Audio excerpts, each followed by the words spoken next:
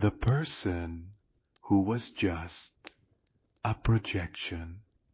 There comes a moment, usually in the quiet hours, when the world has forgotten to perform, when you realize you have been living someone else's idea of who you should be.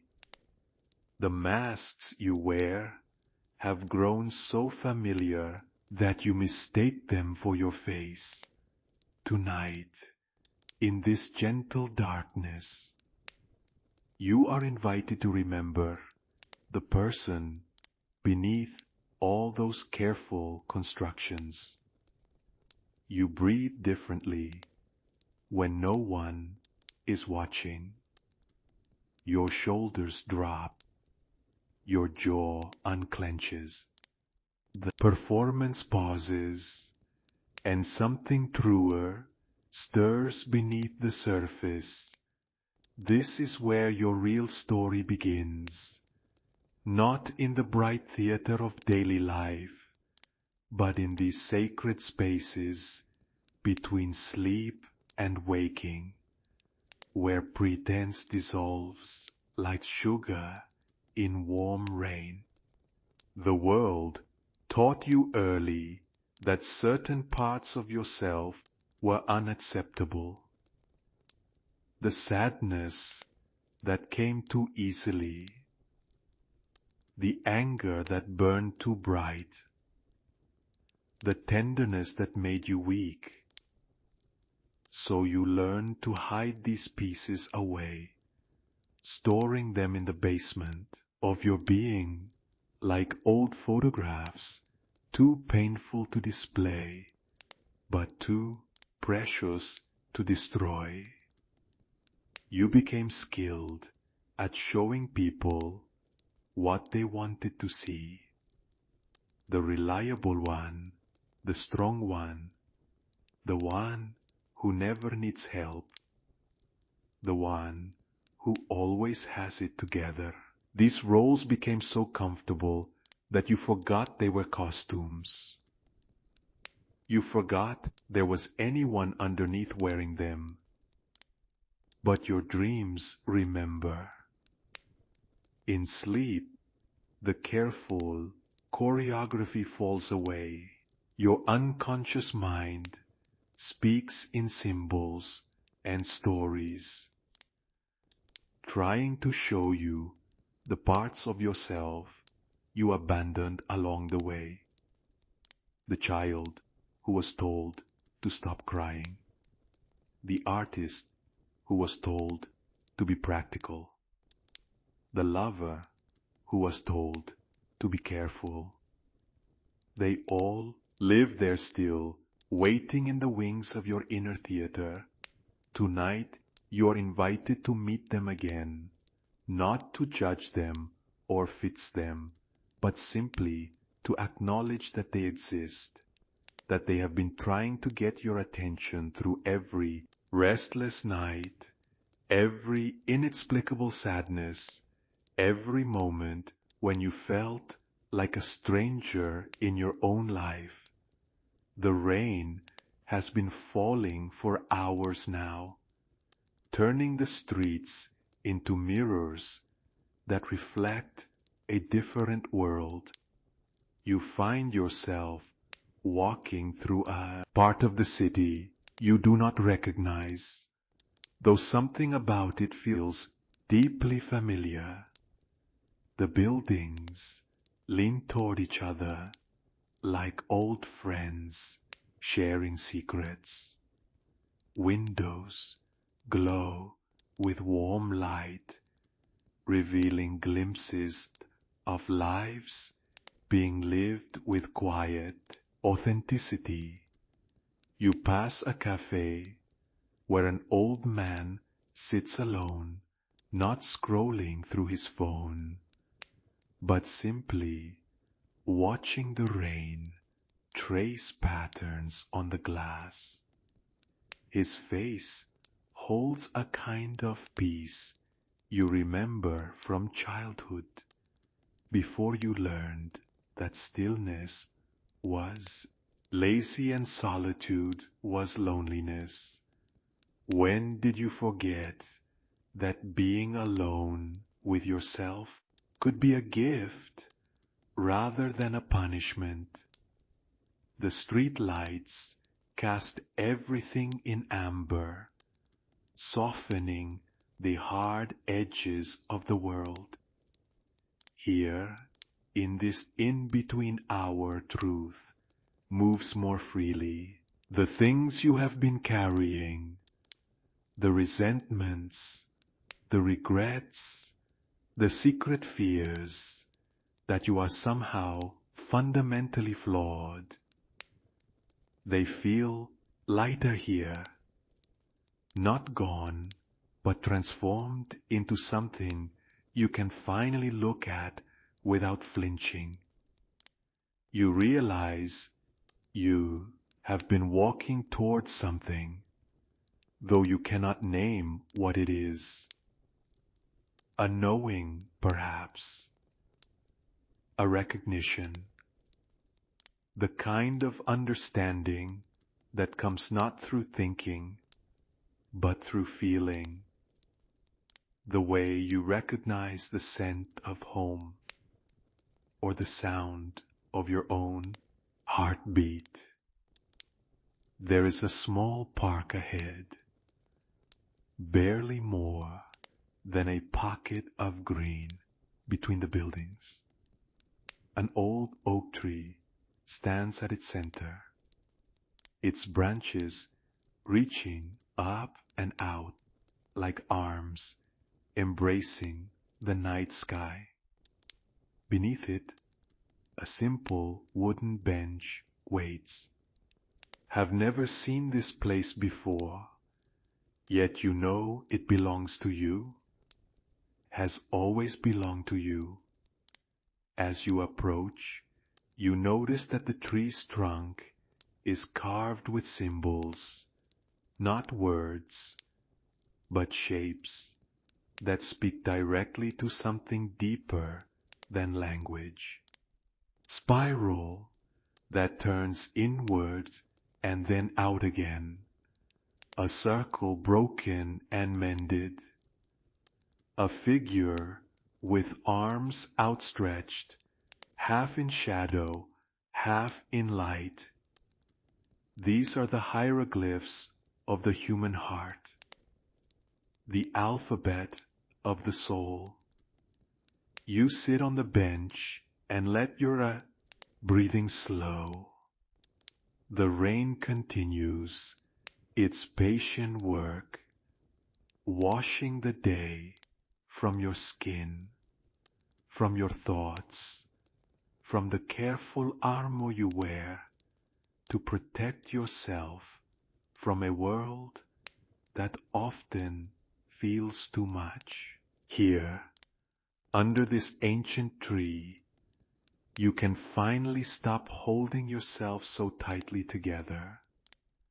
The loneliness you have been carrying begins to shift, not disappearing, but revealing itself to be something else entirely. Not the absence of connection, but the presence of a connection so profound that you had been afraid to acknowledge it. The connection to yourself, to the parts of yourself you sent away because they were inconvenient or inappropriate or simply too real for the polite fiction of daily life.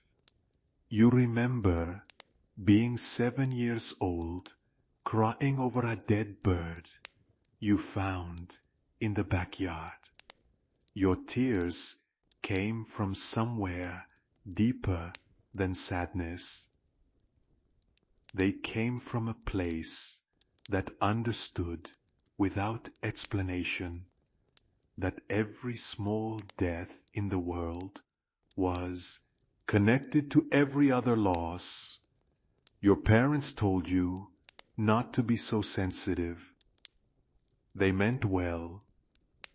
They were protecting you from a world that would not always honor such tenderness. But in protecting you, they taught you to protect yourself from yourself. That sensitive child did not disappear. They went underground, into the place where dreams are born, and art is conceived, and love first learns to speak. They have been waiting there ever since, holding space for the person you were meant to become, the person who could feel deeply without drowning, who could love freely without losing themselves, who could be strong enough to be vulnerable. The rain slows to a whisper, each drop a small prayer falling to earth. You think about all the people in your life who know only the edited version of who you are, the carefully curated self you present at work, at parties, on social media. They love this version of you, and their love is real, but it is incomplete. They love your projection, not your truth. But what if there were people who could love your truth? What if the very things you hide, your struggles with doubt, your tendency toward melancholy, your fierce protective instincts, your inappropriate sense of humor, your deep need for solitude, what if these were not flaws to be managed, but gifts to be shared? What if the wholeness you seek could only come through the integration of all your parts, shadow and light, together? There was a wise man who understood this, though you have not yet learned his name. He spent his life exploring the hidden landscapes of the human psyche, mapping the territories where our rejected selves go to wait. He discovered that what we push away does not disappear. It goes underground, where it grows in power and influence until it shapes our lives from the shadows. He saw that the path to healing was not through elimination, but through integration, not through becoming perfect, but through becoming whole, not through hiding our darkness, but through befriending it, learning from it, allowing it to teach us about the places where we are most afraid to love ourselves. This man recognized that every person carries within them a multiplicity of selves. The child, the parent, the lover, the warrior, the wise one, the fool. Most of us learn to privilege certain aspects while banishing others. We become lopsided, living only a fraction of our potential, wondering why life feels so narrow and joy so elusive. The park around you begins to shimmer, as if reality itself is becoming more flexible. The boundaries between what is and what could be start to blur. This is the hour when the veils grow thin, when the world reveals its deeper meanings to those who have learned to see with more than their eyes. You notice movement in the shadows, beneath the trees, figures emerge slowly, gracefully, as if they have been waiting for this moment for a very long time. They approach without urgency. These aspects of yourself you thought you had left behind. The dreamer who was told to be realistic. The mystic who was told to be logical. The rebel who was told to conform. The lover who was told to be safe. They do not come with accusations or demands. They come with offerings. The dreamer brings visions of what your life could become if you stop settling for what others expected. The mystic brings intuitive wisdom that your rational mind has been desperate to access. The rebel brings the courage to authentically disagree, to stand for what matters to you, even when it is unpopular. The lover brings the capacity for intimacy that transcends fear. One by one, they sit with you on the bench beneath the oak tree. You realize that this reunion has been inevitable. These parts of yourself have been trying to return to you through every dissatisfaction, every moment of feeling stuck, every flash of inexplicable longing. They have been knocking on the door of your consciousness, asking to be welcomed home. The child version of yourself appears last, moving with the cautious hope of someone who has been hurt but not broken. They carry in their small hands all the wonder you thought you had outgrown, all the spontaneous joy you learned to suppress, all the questions you stopped asking because the adults around you seem to have run out of answers. This child looks at you with eyes that remember who you were before the world taught you who you should be. They do not ask for explanations or apologies.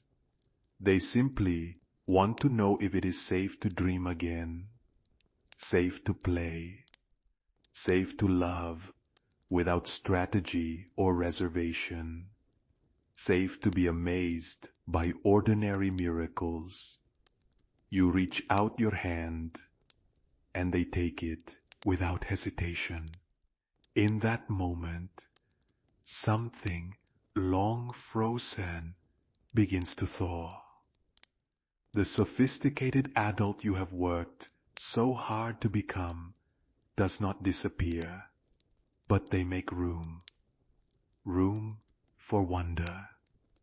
Room for play. Room for the kind of love that expects nothing in return, but gives everything anyway. The wise man who mapped these territories of the soul once said that until you make the unconscious conscious, it will direct your life, and you will call it fate. You begin to understand what he meant. All the patterns you thought were just bad luck or personal failing, the relationships that repeated the same painful dynamics, the opportunities you sabotaged just as they were about to bloom, the way happiness always seemed to slip through your fingers. These were not random events, but messages from the parts of yourself you had forgotten how to hear. Your unconscious mind has been trying to get your attention the only way it knows how, through symptoms, through the depression that forced you to slow down and look within, through the anxiety that made you question the life you were building on a foundation that was not your own, through the restlessness that would not let you settle for less than your truth, even when your truth was still unclear. These symptoms were not punishments, but invitations. Invitations to dive deeper, to question more radically, to love more inclusively, starting with yourself. They were your psyche's way of saying that the person you thought you were supposed to be was too small for the person you actually are. The oak tree above you rustles with ancient knowing. Trees understand something about integration that humans often forget. They do not reject their roots because they reach toward the light. They do not abandon their branches because they are grounded in earth. They know that wholeness comes through embracing the full spectrum of their nature. The parts that delve deep and the parts that soar high, the parts that are hidden and the parts that are visible, the parts that endure winter and the parts that celebrate spring. You lean back against the bench and feel something settle in your chest. A recognition, a homecoming. For the first time, in longer than you can remember, you are not trying to be anyone other than who you are. You are not performing or pretending or protecting. You are simply being, and being is enough. The rain has stopped, but the still holds its moisture like a gentle embrace. The city around you continues its quiet dance of light and shadow, of solitude and connection, of endings and beginnings. You are part of this dance now, no longer watching from the sidelines, but participating fully in the mystery of being human. You think about the people in your life who might be ready to meet this more integrated version of yourself. The friends who have been waiting patiently for you to show up as more than just your best behavior. The family members who love you, but have only been allowed to love the parts of you that make them comfortable. The colleagues who see your competence, but not your creativity, your reliability, but not your rebellious spirit. Some of these relationships will deepen when you begin showing up as your whole self. Others may not survive the transition. This is not a failure, but a natural sorting. The connections that can only exist when you are partially present are not the connections that will sustain you through the deeper journeys of life. There will be new people too, drawn to the authenticity that begins to radiate from you when you stop hiding. People who recognize the courage it takes to be real in a world that rewards performance. People who have been on their own journey of integration and can appreciate the complexity of what you are undertaking, you will find that vulnerability, rather than making you weak, makes you magnetic, not to everyone, but to the right everyone, to the people who are ready for real connection rather than comfortable illusion, to the people who understand that love is not about finding someone who has no problems, but about finding someone whose problems are compatible with your own. The child beside you squeezes your hand and points to something in the distance. Following their gaze, you see a figure walking slowly through the park toward you. At first, you cannot make out who it is, but as they come closer, you realize it is you, but not the you of this moment. It is the you that you could become if you choose integration over fragmentation, wholeness over perfection, truth over comfort. This future self moves with a quality you have always admired in others, but never believed you could embody. They are simultaneously grounded and free, strong and gentle, individual and connected. They carry their scars openly, not as badges of honor, but as evidence of their willingness to engage fully with life. They have learned the difference between being wounded and being broken, between being hurt and being damaged. When they reach the bench, they do not sit down, but extend their hand to you. An invitation, not to become them immediately.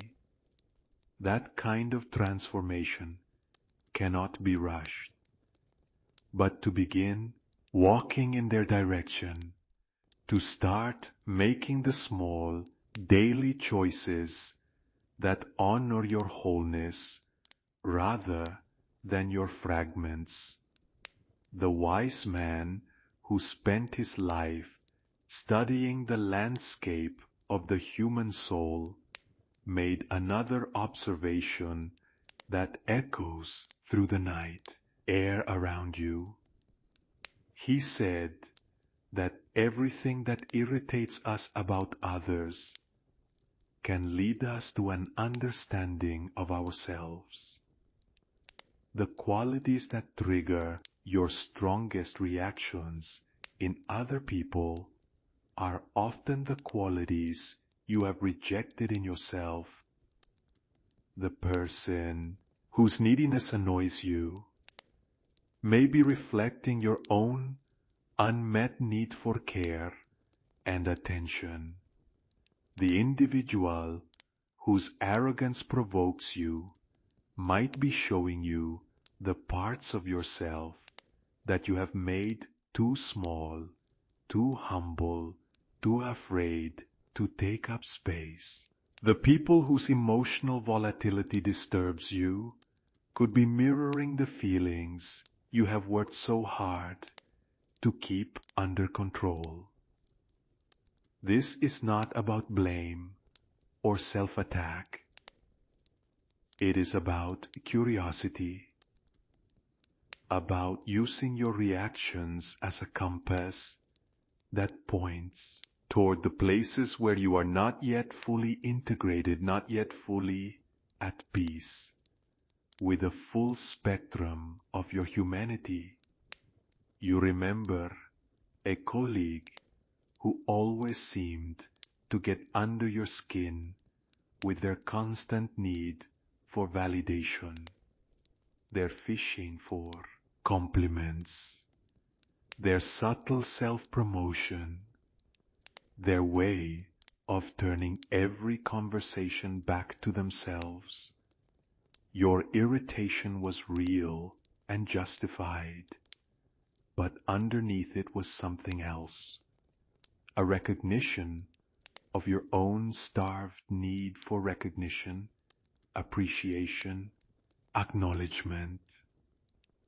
The parts of yourself that you had taught to be satisfied with scraps while watching others feast. There was the friend whose spontaneity you secretly resented, the way they could change plans at the last minute or take off on adventures without endless preparation.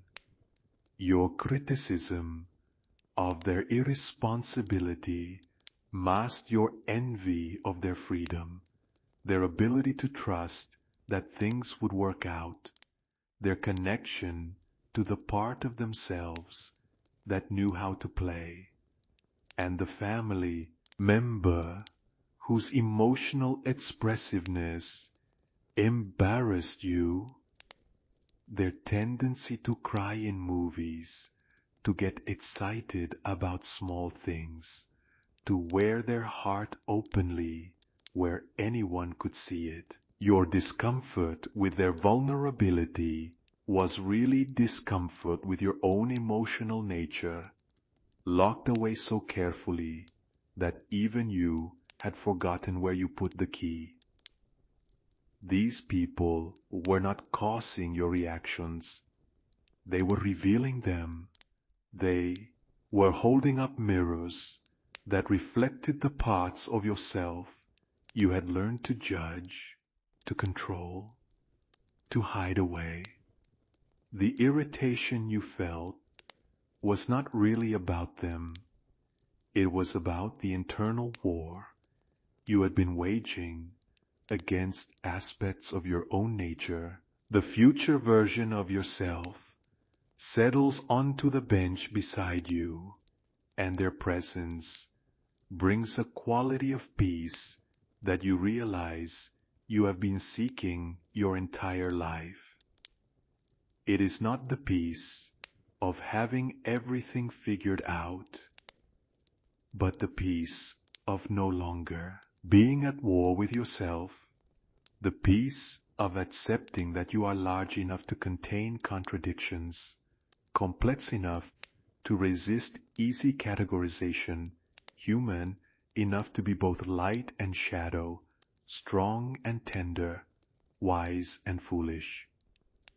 They tell you, without words, that the journey toward integration is not a destination you arrive at, but a way of traveling.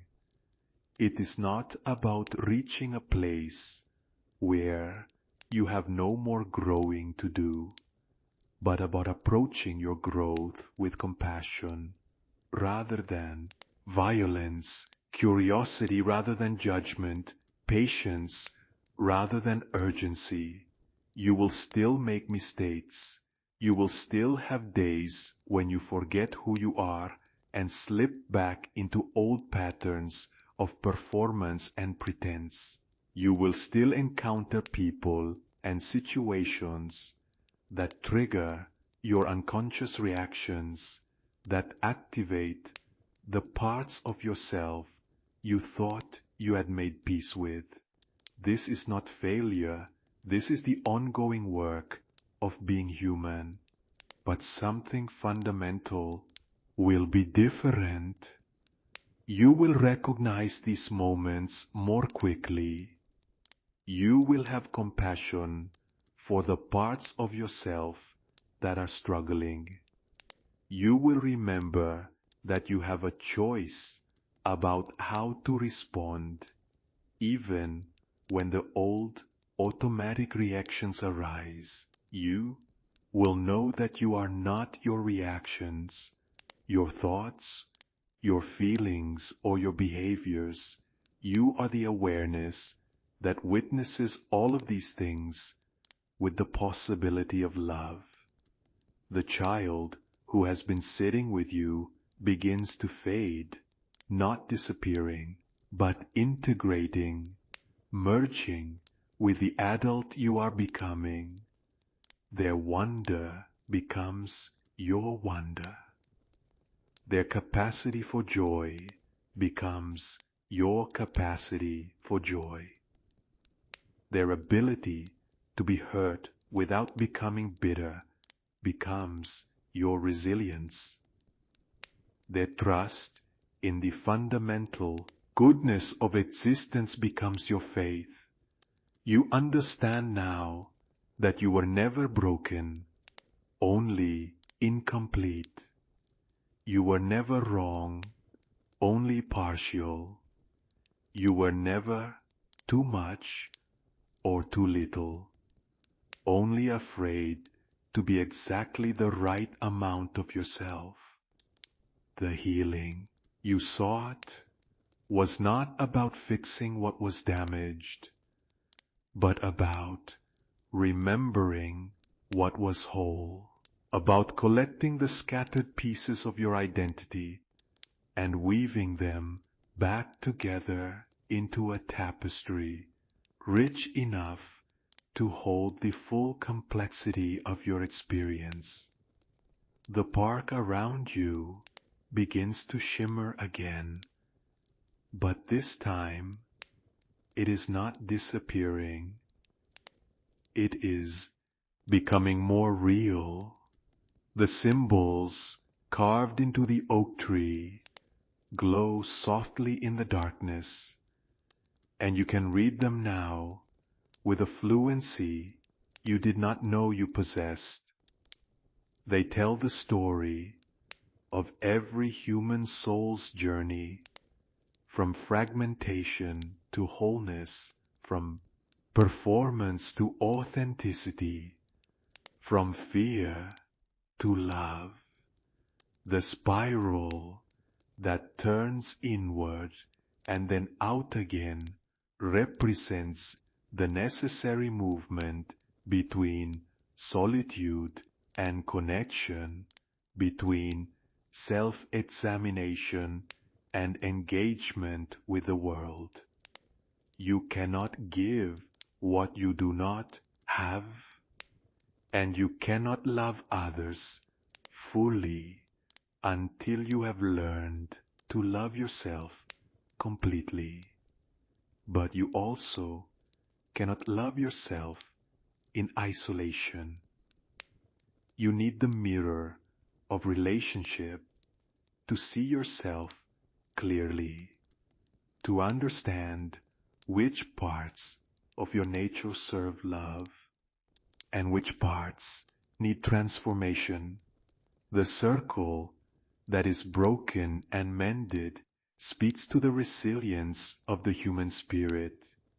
You have been broken by loss, by betrayal, by the simple brutality of existence in a world that is both beautiful and harsh.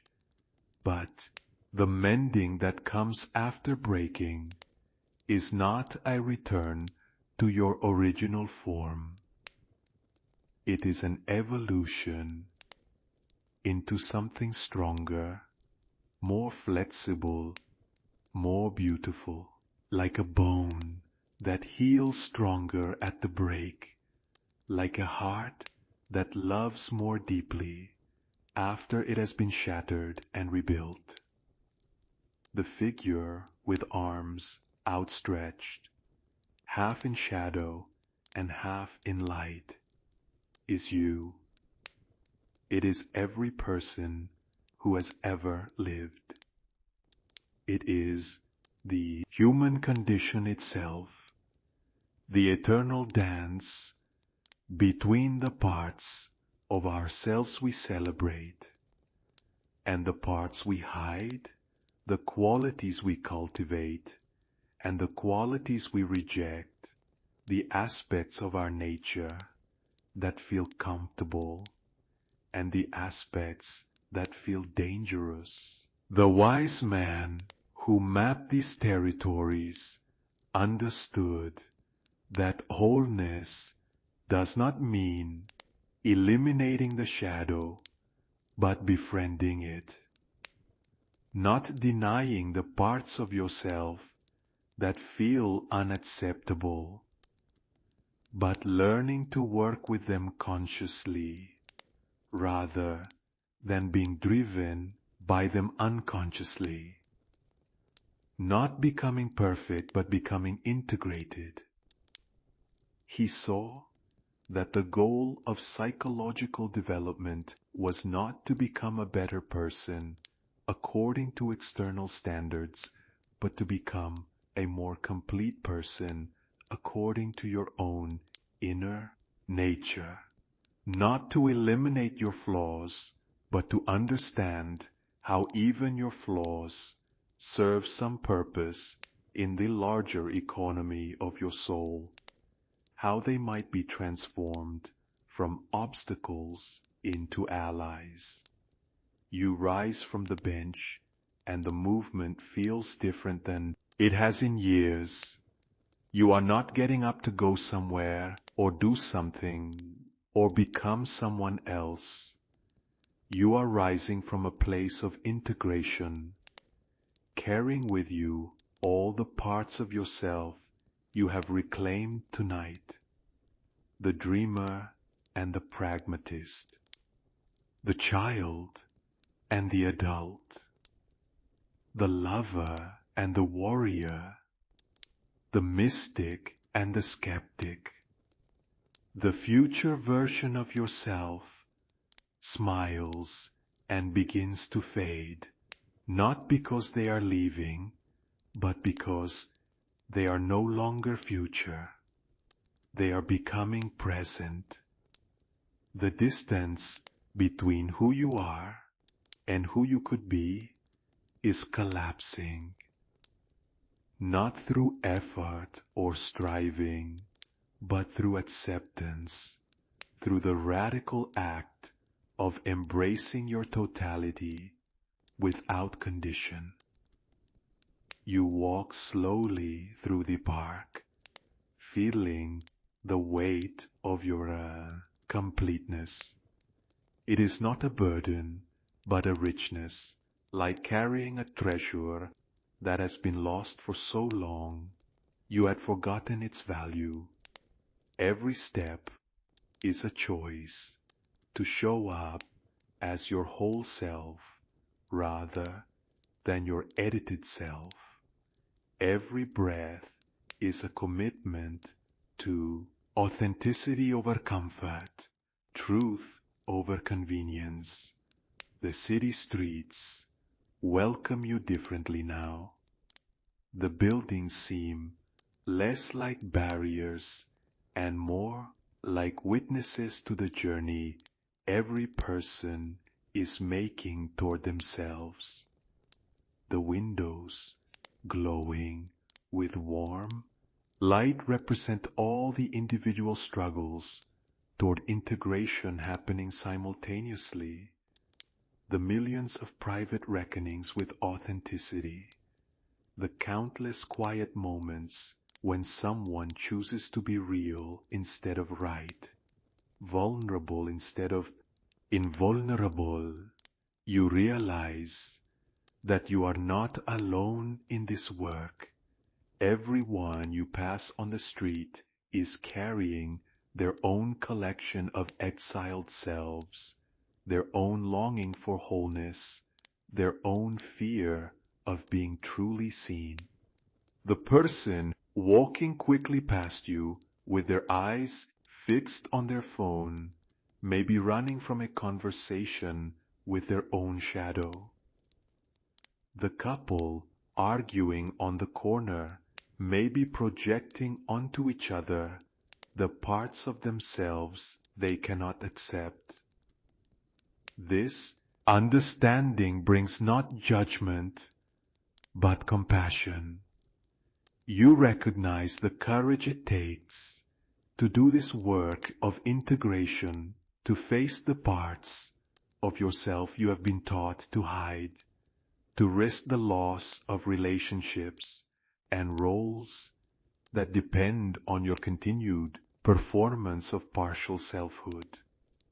There is a story the wise man told about a person who spent their life searching for treasure in distant lands, only to discover that the treasure had been buried in their own backyard all along. You understand this story now in a way that goes beyond intellectual comprehension. The treasure you have been seeking, love, acceptance, peace, fulfillment, was never something you could find outside yourself.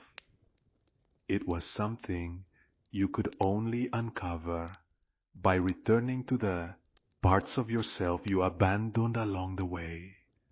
This does not mean that relationships and achievements and external experiences are meaningless.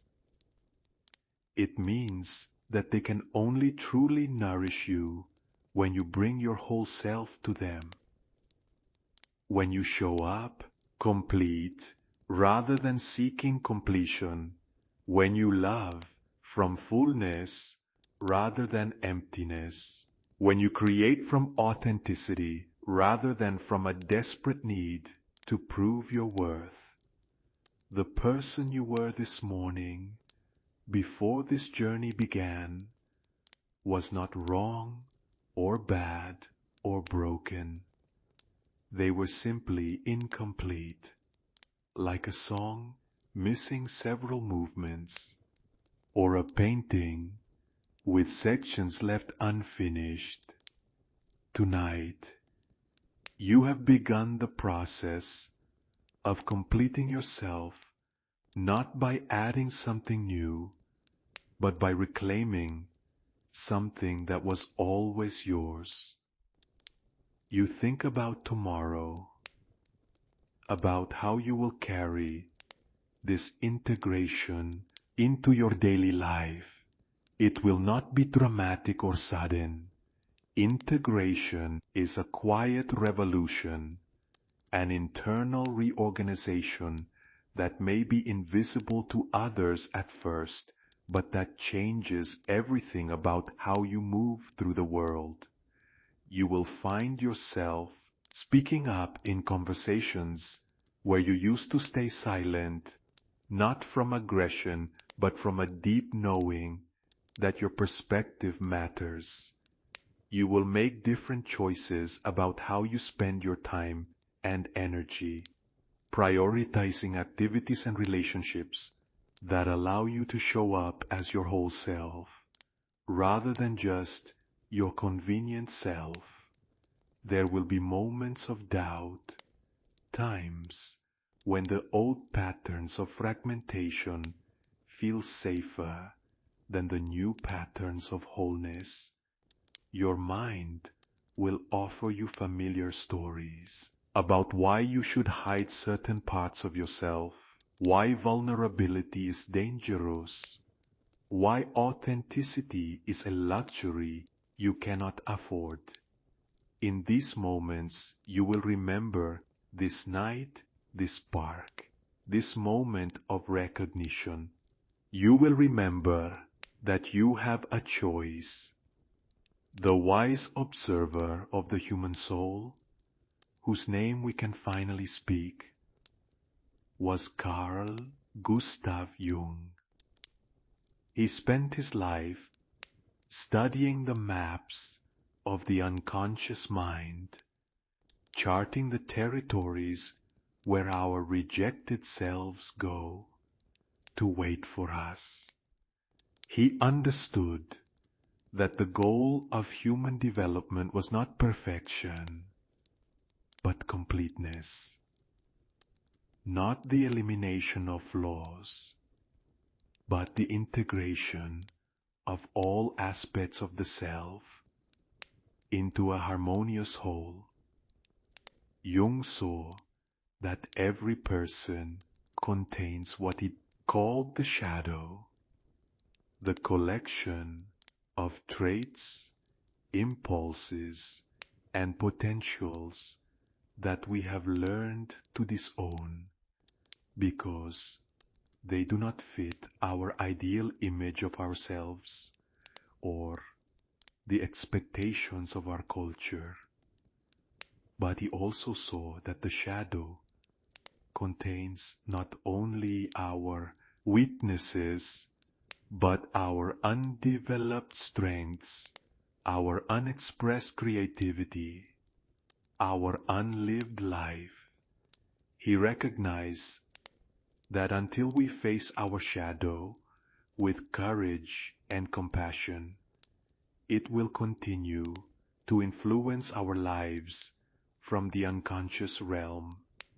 It will show up in our projections onto others, in our self-sabotaging behaviors, in our inexplicable reactions and mysterious symptoms. It will limit our capacity for love, for joy, for the full expression of our unique gifts. But Jung also discovered that the shadow, when befriended rather than banished, becomes a source of tremendous energy and authenticity. The very qualities we have been hiding often contain the keys to our deepest fulfillment. The anger we learn to suppress may contain our passion for a justice. The sadness we pushed away may contain our capacity for compassion. The wildness we tamed may contain our creative fire. Jung wrote that the privilege of a lifetime is to become who you truly are, not who you think you should be, not who others want you to be, but who you actually are beneath all the conditioning and performance and protection. This becoming is not a destination, but a process, not an achievement, but a way of being. He understood that this process requires tremendous courage because it means facing the parts of ourselves we have spent years running from. It means risking the loss of relationships and identities that depend on our continued performance of partial selfhood. It means choosing authenticity over approval, wholeness over comfort, truth over safety. You find yourself standing at the edge of the park, at the place where this inner world meets the outer world, where the journey of integration must find expression in the landscape of daily life. The oak tree behind you continues its ancient work of reaching simultaneously toward earth and sky, of being both rooted and expansive, of modeling the kind of wholeness that comes from embracing rather than choosing between apparent opposites. The city spreads out before you, no longer a hostile environment to be navigated, but a canvas on which to paint your integrated self. Every interaction will be an opportunity to practice showing up completely. Every relationship will be a chance to love from fullness rather than need.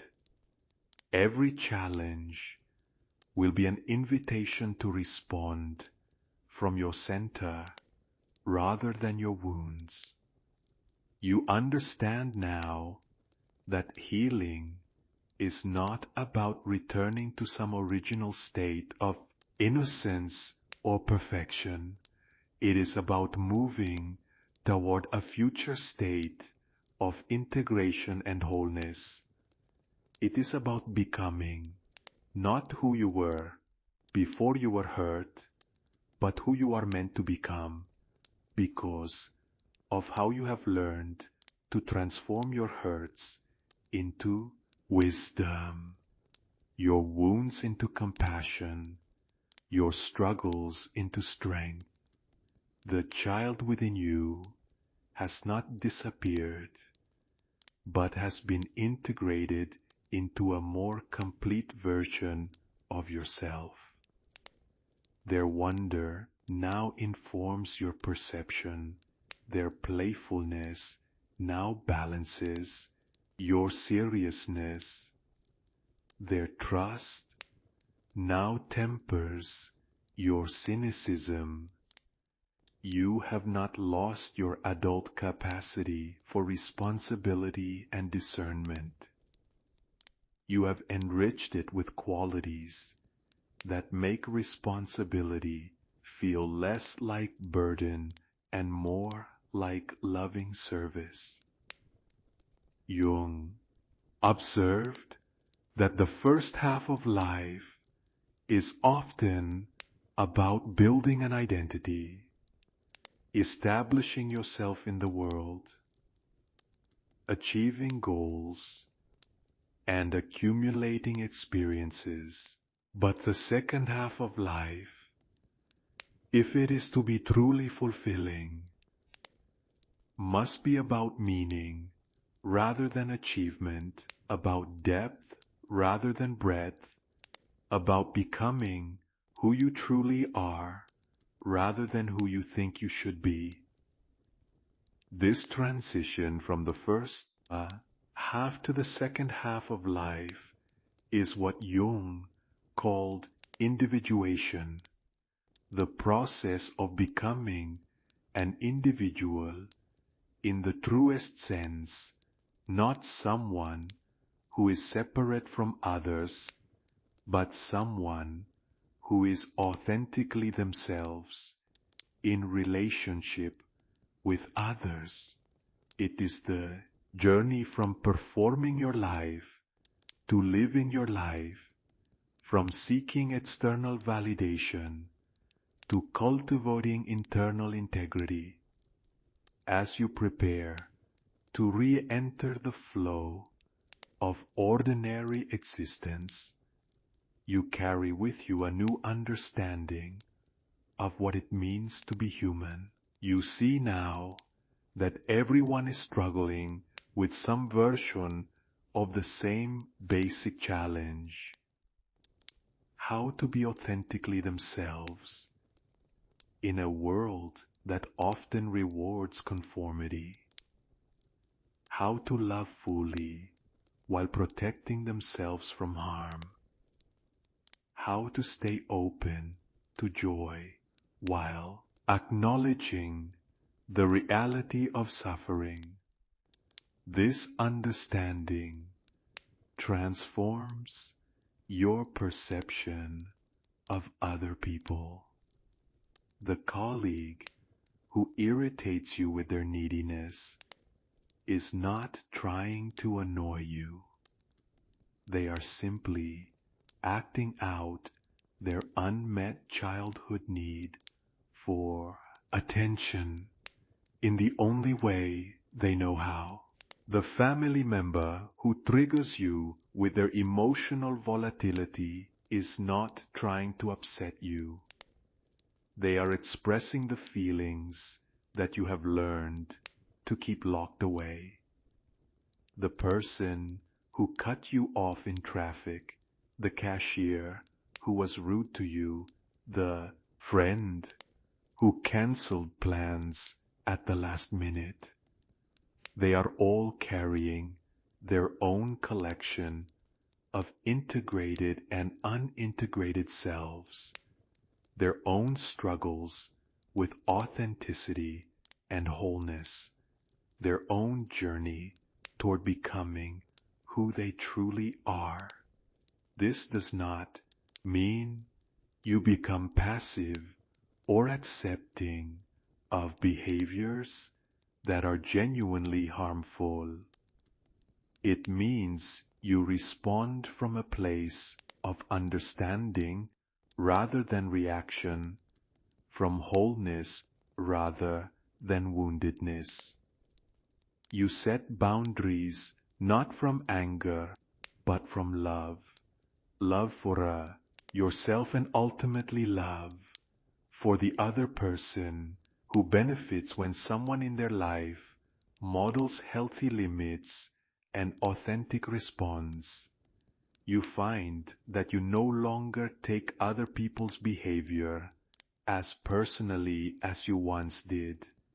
You understand that how people treat you usually has more to do with their relationship with themselves than with anything you have done or failed to do. This understanding frees you to respond more skillfully, more compassionately, more effectively. Jung recognized that as we become more integrated, we naturally become more individuated, more uniquely ourselves. But paradoxically, this makes us more capable of genuine connection with others. When we are not afraid of our own depths, we are not afraid of other people's depths. When we have learned to love our own shadow, we can love others without needing them to be perfect. The night air carries the promise of dawn, though sunrise is still hours away. This is the deepest part of night when transformation occurs. In the darkness, before it emerges into light, you feel yourself changing not through dramatic revelation, but through subtle integration, like water slowly seeping into dry earth, bringing life to places that have been barren for too long. You think about the relationships in your life that might deepen when you begin showing up as your whole self. The friend who has been waiting patiently for you to trust them with your struggles as well as your successes. The partner who loves you but has been loving only the parts of you that you have been willing to reveal. The children in your life who need to see an adult who is comfortable with the full range of human emotion. There will be some relationships that cannot survive your commitment to authenticity. People who have grown comfortable with the partial version of yourself may resist your movement toward wholeness. They may try to pull you back into familiar patterns to keep you in the role you have always played in their life story. This resistance is not necessarily malicious. It often comes from their own fear of change, their own discomfort with authenticity, their own unexamined relationship with their shadow. Your evolution holds up a mirror to their own unlived life, their own unused potential, their own areas where integration is needed. You will need to navigate these relationships with both compassion and firmness. Compassion for the fear that drives the resistance, firmness about your commitment to your own wholeness. You cannot sacrifice your integration to maintain relationships that depend on your fragmentation, but you can offer others the same patience and understanding that you are learning to offer yourself. Jung understood that individuation is both a deeply personal journey and a contribution to the collective healing of humanity. As you become more whole, you give others permission to become more whole. As you integrate your shadow, you reduce the amount of unconscious projection and reactivity in the world. As you learn to love yourself completely, you increase the total amount of love available to everyone. You realize that you have been walking without destination, following some inner compass that knows the way even when your conscious mind does not. Your feet have carried you through neighborhoods that feel both foreign and familiar, past windows that glow with the lives of people who are also making their own journey toward themselves. Each window tells a story of someone grappling with their own version of the human condition. Behind that curtain, a person lies awake, wondering if they will ever feel truly understood.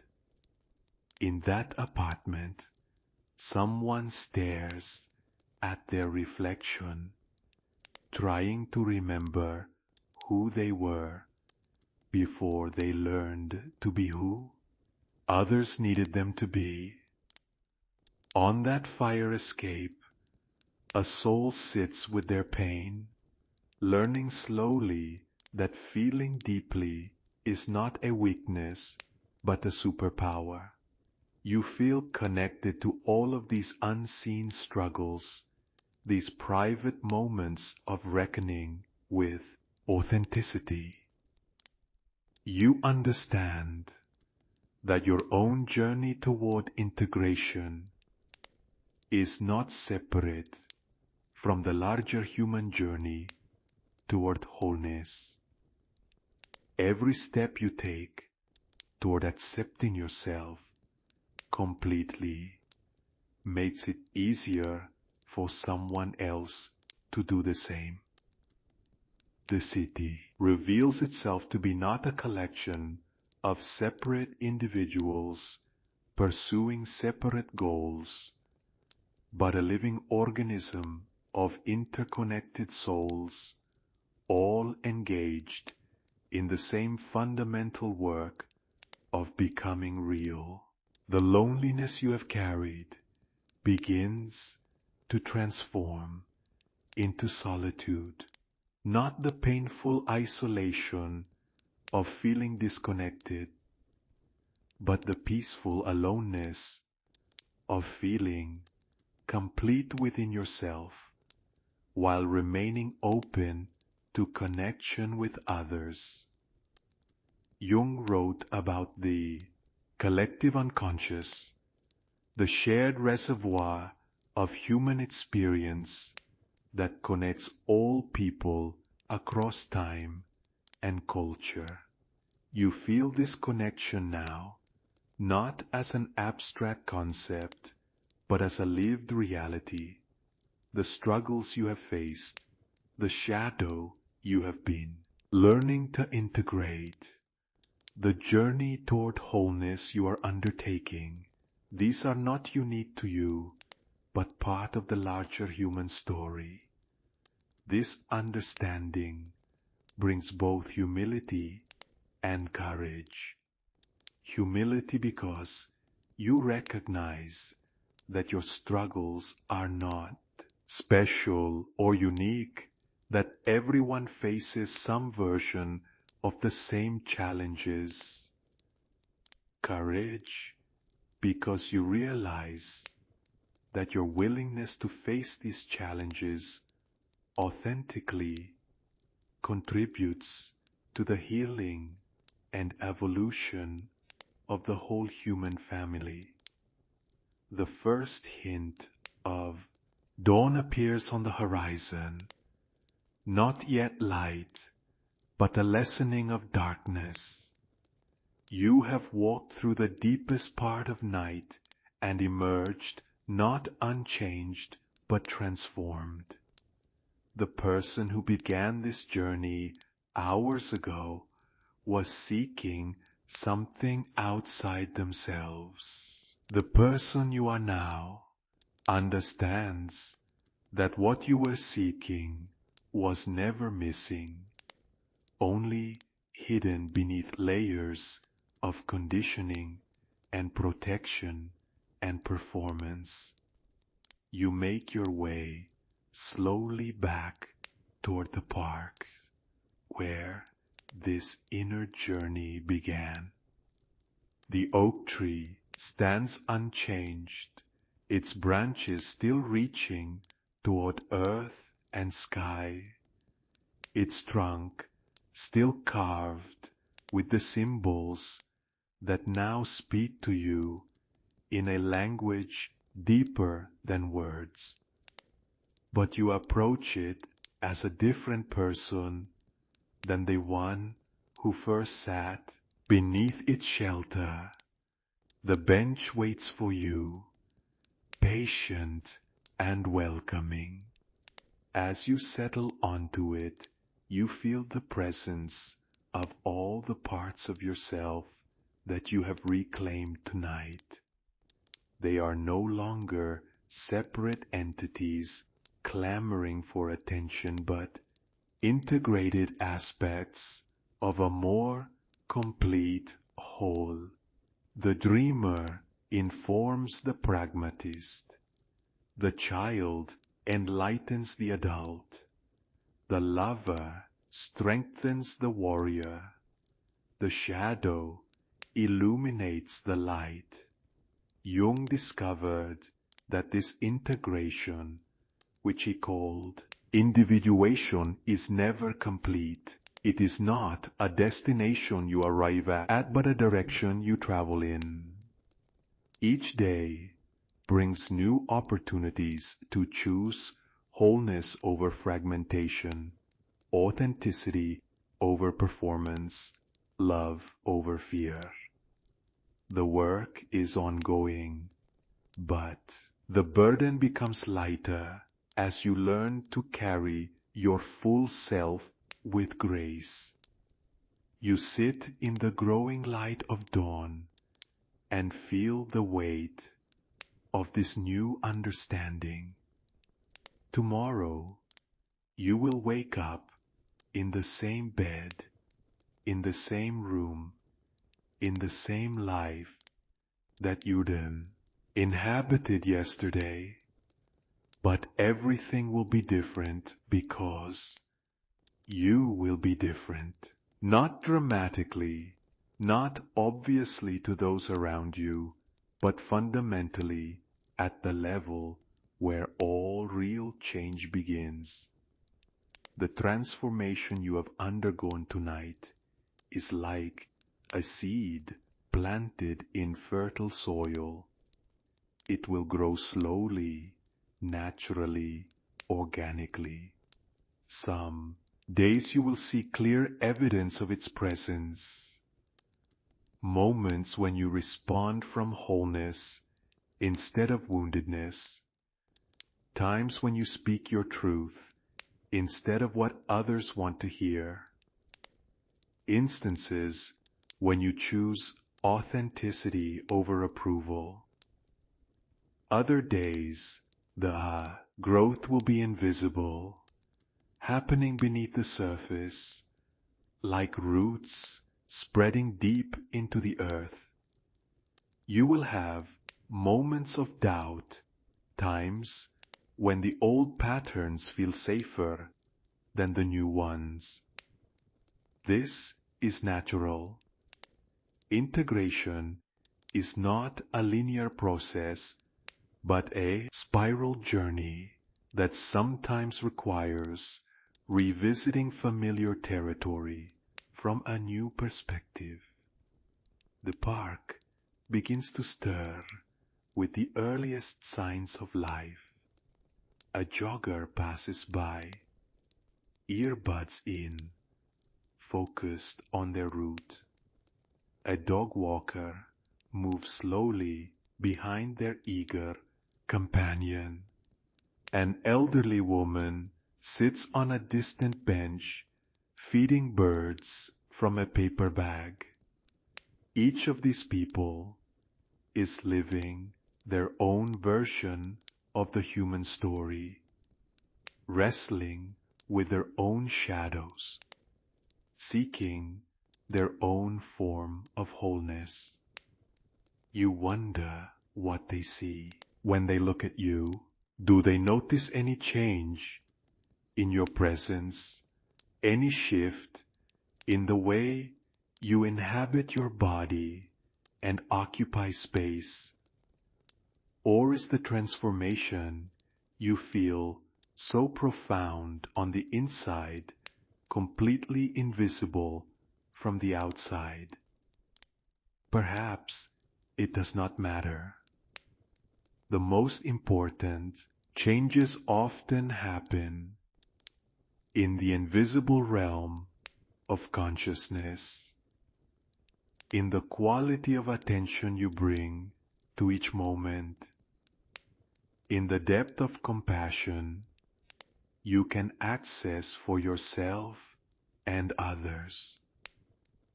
Jung understood that consciousness is not a private possession but a gift that belongs to the world. As you become more conscious of your own patterns, projections, and possibilities, you contribute to the collective awakening of humanity. Your willingness to face your shadow reduces the amount of unconscious acting out in the world. Your commitment to authenticity gives others permission to be real. Your integration of your various parts models wholeness for a world that has forgotten what completeness looks like. The sunrise approaches with the patience of natural processes that cannot be rushed.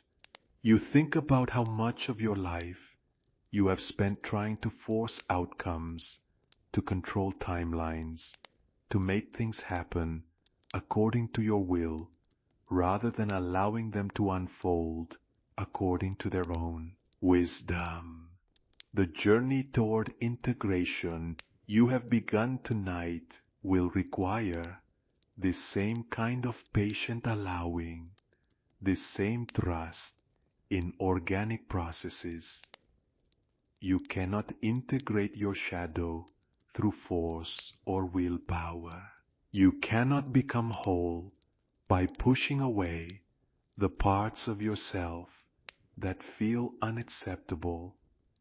Integration happens through gentle attention, through curious observation, through the kind of unconditional love that a good parent offers to a child who is learning to walk, celebrating the successes while holding space for the inevitable stumbles. The wise man who mapped these territories of the soul knew that healing happens in relationship, first with yourself, then with others, ultimately with life itself.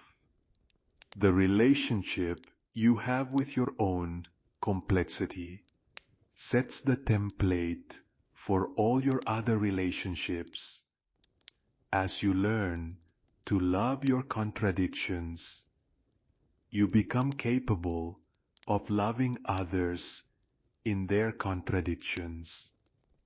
As you make peace with your own humanity, you can extend that peace to the human family. A young couple walks through the park, hand in hand.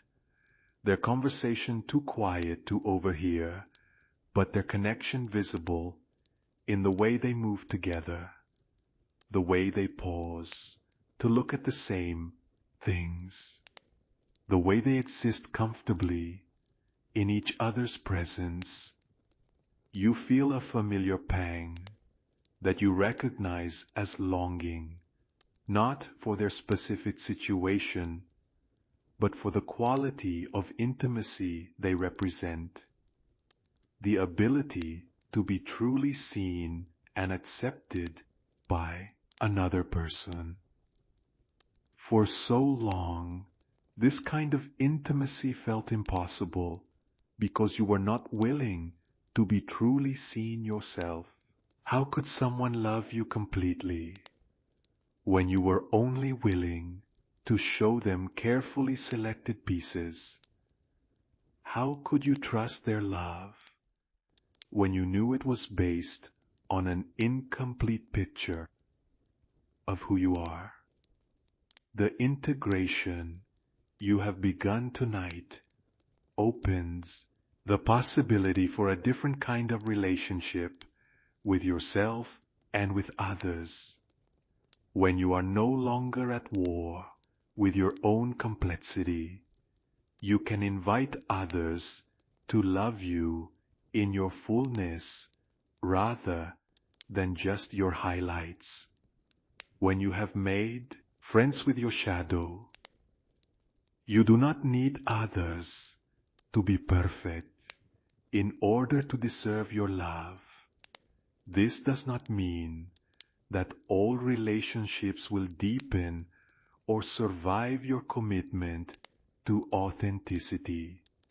Some connections exist precisely because they allow both people to avoid their deeper truths, to maintain comfortable illusions, to stay safely on the surface.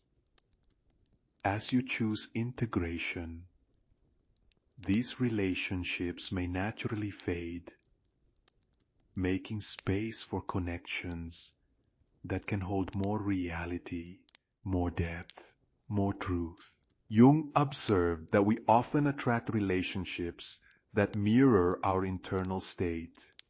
When you are fragmented, you attract relationships that reinforce your fragmentation. When you are authentic, you attract people who can appreciate authenticity. When you are integrated, you create space for others to show up in their wholeness too. The couple disappears around a bend in the path, but their example lingers. You imagine what it would be like to be in relationship as your whole self, not performing compatibility, but discovering it, not hiding your struggles, but sharing them, not seeking completion in another person, but offering your own completeness to the shared experience of love. The sun breaks free of the horizon, painting the sky in shades of rose and gold. The darkness that held you through your night journey does not disappear, but transforms, becoming the shadow that gives definition to the light. You understand now that this is how integration works, not through elimination, but through transformation, not through choosing sides, but through finding harmony between apparent opposites. You rise from the bench for the final time, feeling both the weight and the lightness of your completeness.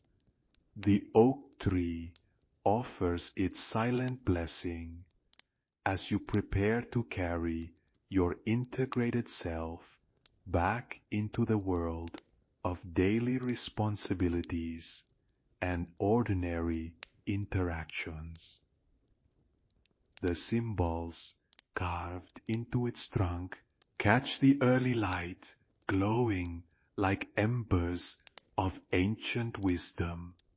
The spiral reminds you that growth is not linear, but circular, that you will revisit the same themes at deeper levels throughout your life. The broken and mended circle assures you that healing is possible, that what has been shattered can be made whole in a new and stronger form. The figure, with arms outstretched, half in shadow and half in light, reflects back to you the beauty of embracing your full humanity. As you walk away from the park, you carry with you not just the memory of this night, but the living reality of what you have discovered. You are not the same person who entered this sacred space hours ago. You are not a different person either. You are more fully yourself than you have ever been, which is somehow both completely familiar and entirely new. The city streets welcome the dawn with their own quiet transformation. The harsh edges of night soften in the gentle light. Windows that glowed with artificial warmth now reflect the natural radiance of sunrise. The world reveals itself to be not the threatening place you sometimes imagine, but a complex landscape of beauty and difficulty, joy and sorrow, connection and solitude, much like the inner landscape you have been exploring. Jung wrote that the meeting of two personalities is like the contact of two chemical substances. If there is any reaction, both are transformed. Tonight, you have had such a meeting with yourself. The personality you presented to the world has encountered the personality you kept hidden, and both have been transformed through their contact. You are no longer split between your public and private selves, but integrated into a more complete version of who you have always been. You think about the day ahead, the people you will encounter, the choices you will make. Each interaction will be an opportunity to practice showing up as your integrated self. Each conversation will be a chance to speak from your truth rather than from what you think others want to hear. Each decision will be an invitation to choose authenticity over convenience, wholeness over fragmentation.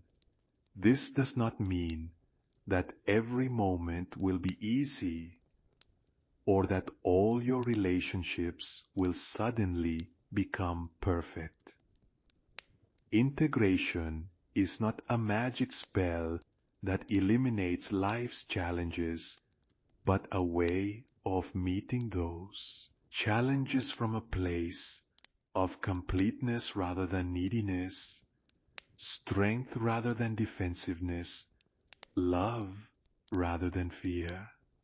You will still feel angry sometimes, but you will no longer be afraid of your anger or ashamed of it. You will recognize it as information about your boundaries, your values, your care for justice and fairness. You will still feel sad sometimes, But you will no longer judge your sadness as weakness. You will understand it as your heart's natural response to loss, disappointment, the inevitable sorrows that come with loving deeply in an impermanent world. You will still make mistakes, but you will no longer define yourself by those mistakes or use them as evidence of your fundamental inadequacy. You will see them as part of the learning process, as opportunities to practice self-compassion, as reminders of your shared humanity with everyone who has ever stumbled while trying to walk their truth. The integration you have begun is not about becoming perfect, but about becoming real.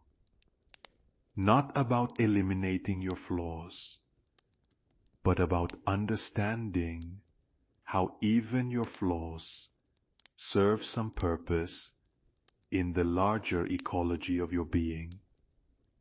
Not about becoming someone else, but about becoming more fully who you already are beneath all the conditioning and protection and performance. Jung understood that this work of individuation is perhaps the most important contribution a person can make to the world. Every individual who chooses wholeness over fragmentation reduces the amount of unconscious projection and reactivity in the collective. Every person who integrates their shadow decreases the likelihood that it will be acted out destructively in relationships, families, communities, nations. The morning commute is beginning, though you are moving against the flow of people heading to offices and obligations. You observe the faces around you with new eyes, seeing not just the surface presentation, but the deeper humanity beneath. Businessman checking his phone may be avoiding a difficult conversation with himself. The woman applying makeup in her car's rearview mirror may be armoring herself for a day of performance rather than presence. You feel compassion for all of it, the strategies people use to get through their days, the masks they wear to feel safe, the distance they maintain from their own depths. You recognize these patterns because you have lived them yourself. The difference now is that you have another option. You can choose to show up differently, not from judgment of others' choices, but from a growing clarity about your own. A child on the sidewalk catches your attention, maybe 6 years old, walking with their parent to school. They pause to examine something on the ground. A flower growing through a crack in the concrete. Their fascination is complete, unself-conscious, whole. The parent gently urges them along, worried about being late, about schedules, about the adult world of responsibilities and obligations. You remember being that child before you learned that wonder was impractical, that curiosity was inefficient, that paying attention to beauty was a luxury you could not afford. The integration you have begun includes reclaiming this child's capacity for presence, for amazement, for finding the extraordinary in the ordinary, not as escapism, but as a way of being fully alive to the gifts that surround you always. Jung recognized that in losing touch with the child within us, we lose access to qualities that are essential for a meaningful life: spontaneity, creativity, joy, the ability to be surprised and delighted by existence itself. The work of individuation includes not just integrating the shadow, but reclaiming the wonder, not just facing the darkness, but embracing the light. The child and parent disappear around a corner, but their example lingers. You make a silent commitment to notice the flowers growing through concrete in your own life, to pause for beauty even when you are busy, to let wonder inform your days rather than just efficiency and achievement. You find yourself standing at the threshold between the neighborhood where you spent the night and the neighborhood where you live your daily life. The boundary is invisible but real. The difference between the space where transformation happens and the space where it must be integrated into ordinary existence. You take a deep breath and step across. The familiar streets look the same but feel different. Your apartment building stands unchanged, its windows reflecting the morning light, its entrance welcoming you home, but you approach it as a person who has remembered something essential about themselves, who has reclaimed parts of their identity that were lost, who has chosen wholeness over fragmentation. Your key turns in the lock with a satisfying click. The door opens onto the space where you have been living your partial life, performing your carefully curated version of yourself, even when you were alone. Today, this space will witness your completeness. These walls will hold your integration. This home will become a sanctuary for your authenticity rather than a hiding place from your truth.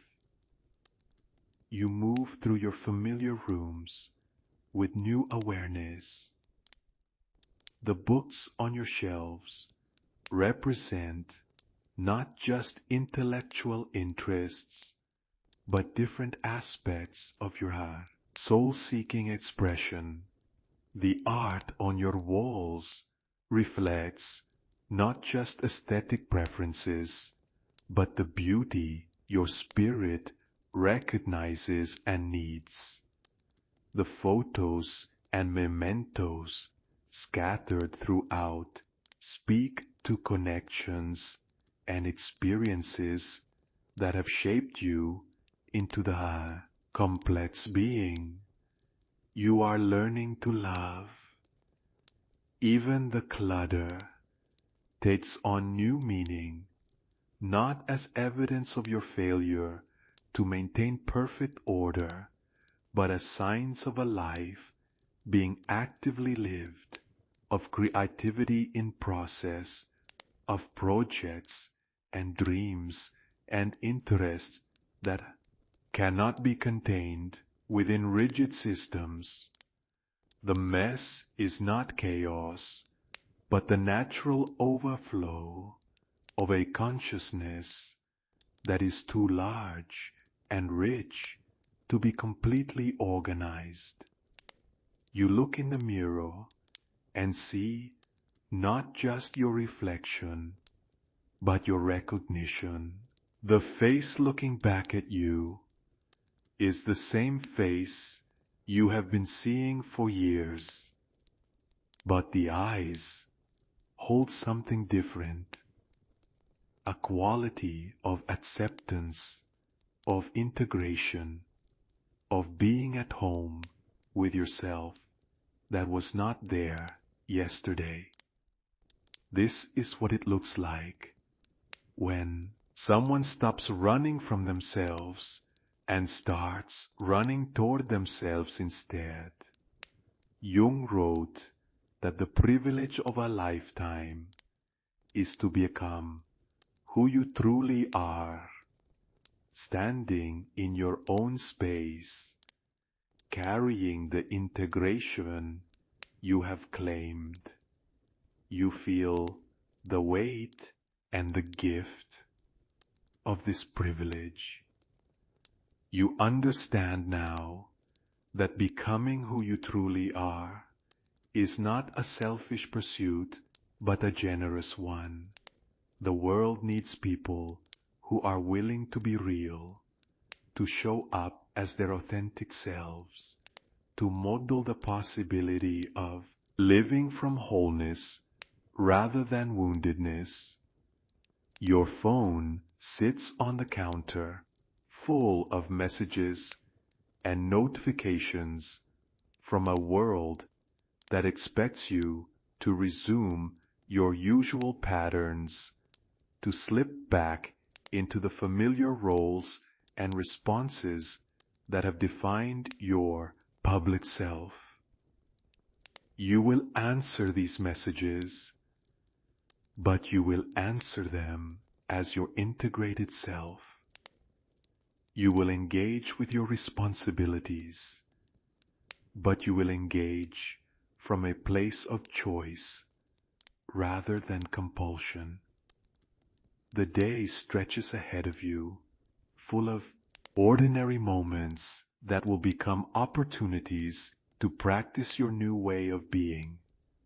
The conversation with your colleague who triggers your impatience will become a chance to respond from understanding rather than reaction. The interaction with the family member who pushes your buttons will become an opportunity to set boundaries from love rather than anger.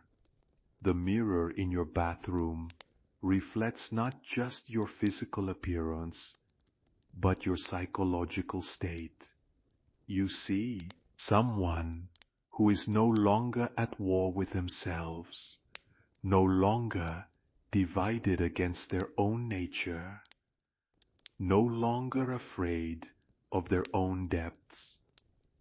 The shadow you have befriended shows in the relaxation around your eyes, the ease in your posture, the quality of peace that comes from no longer hiding from yourself.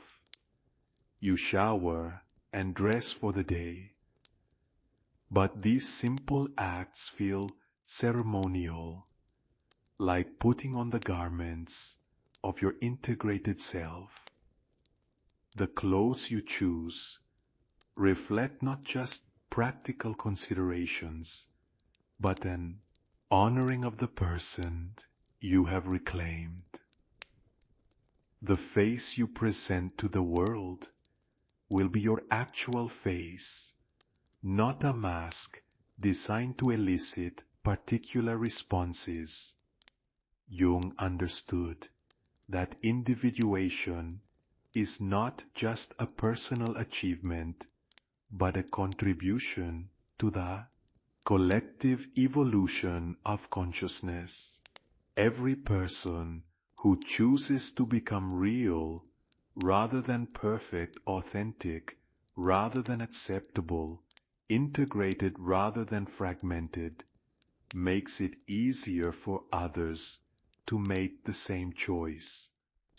Your journey toward wholeness is not separate from humanity's journey toward healing.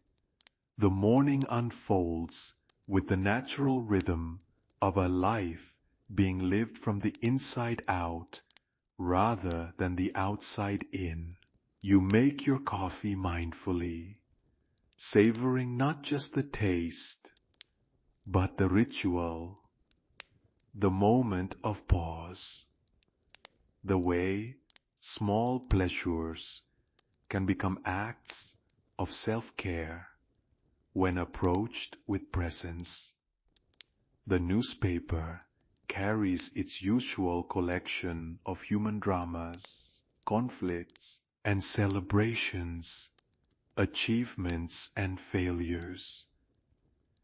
The eternal dance of light and shadow played out on the world stage.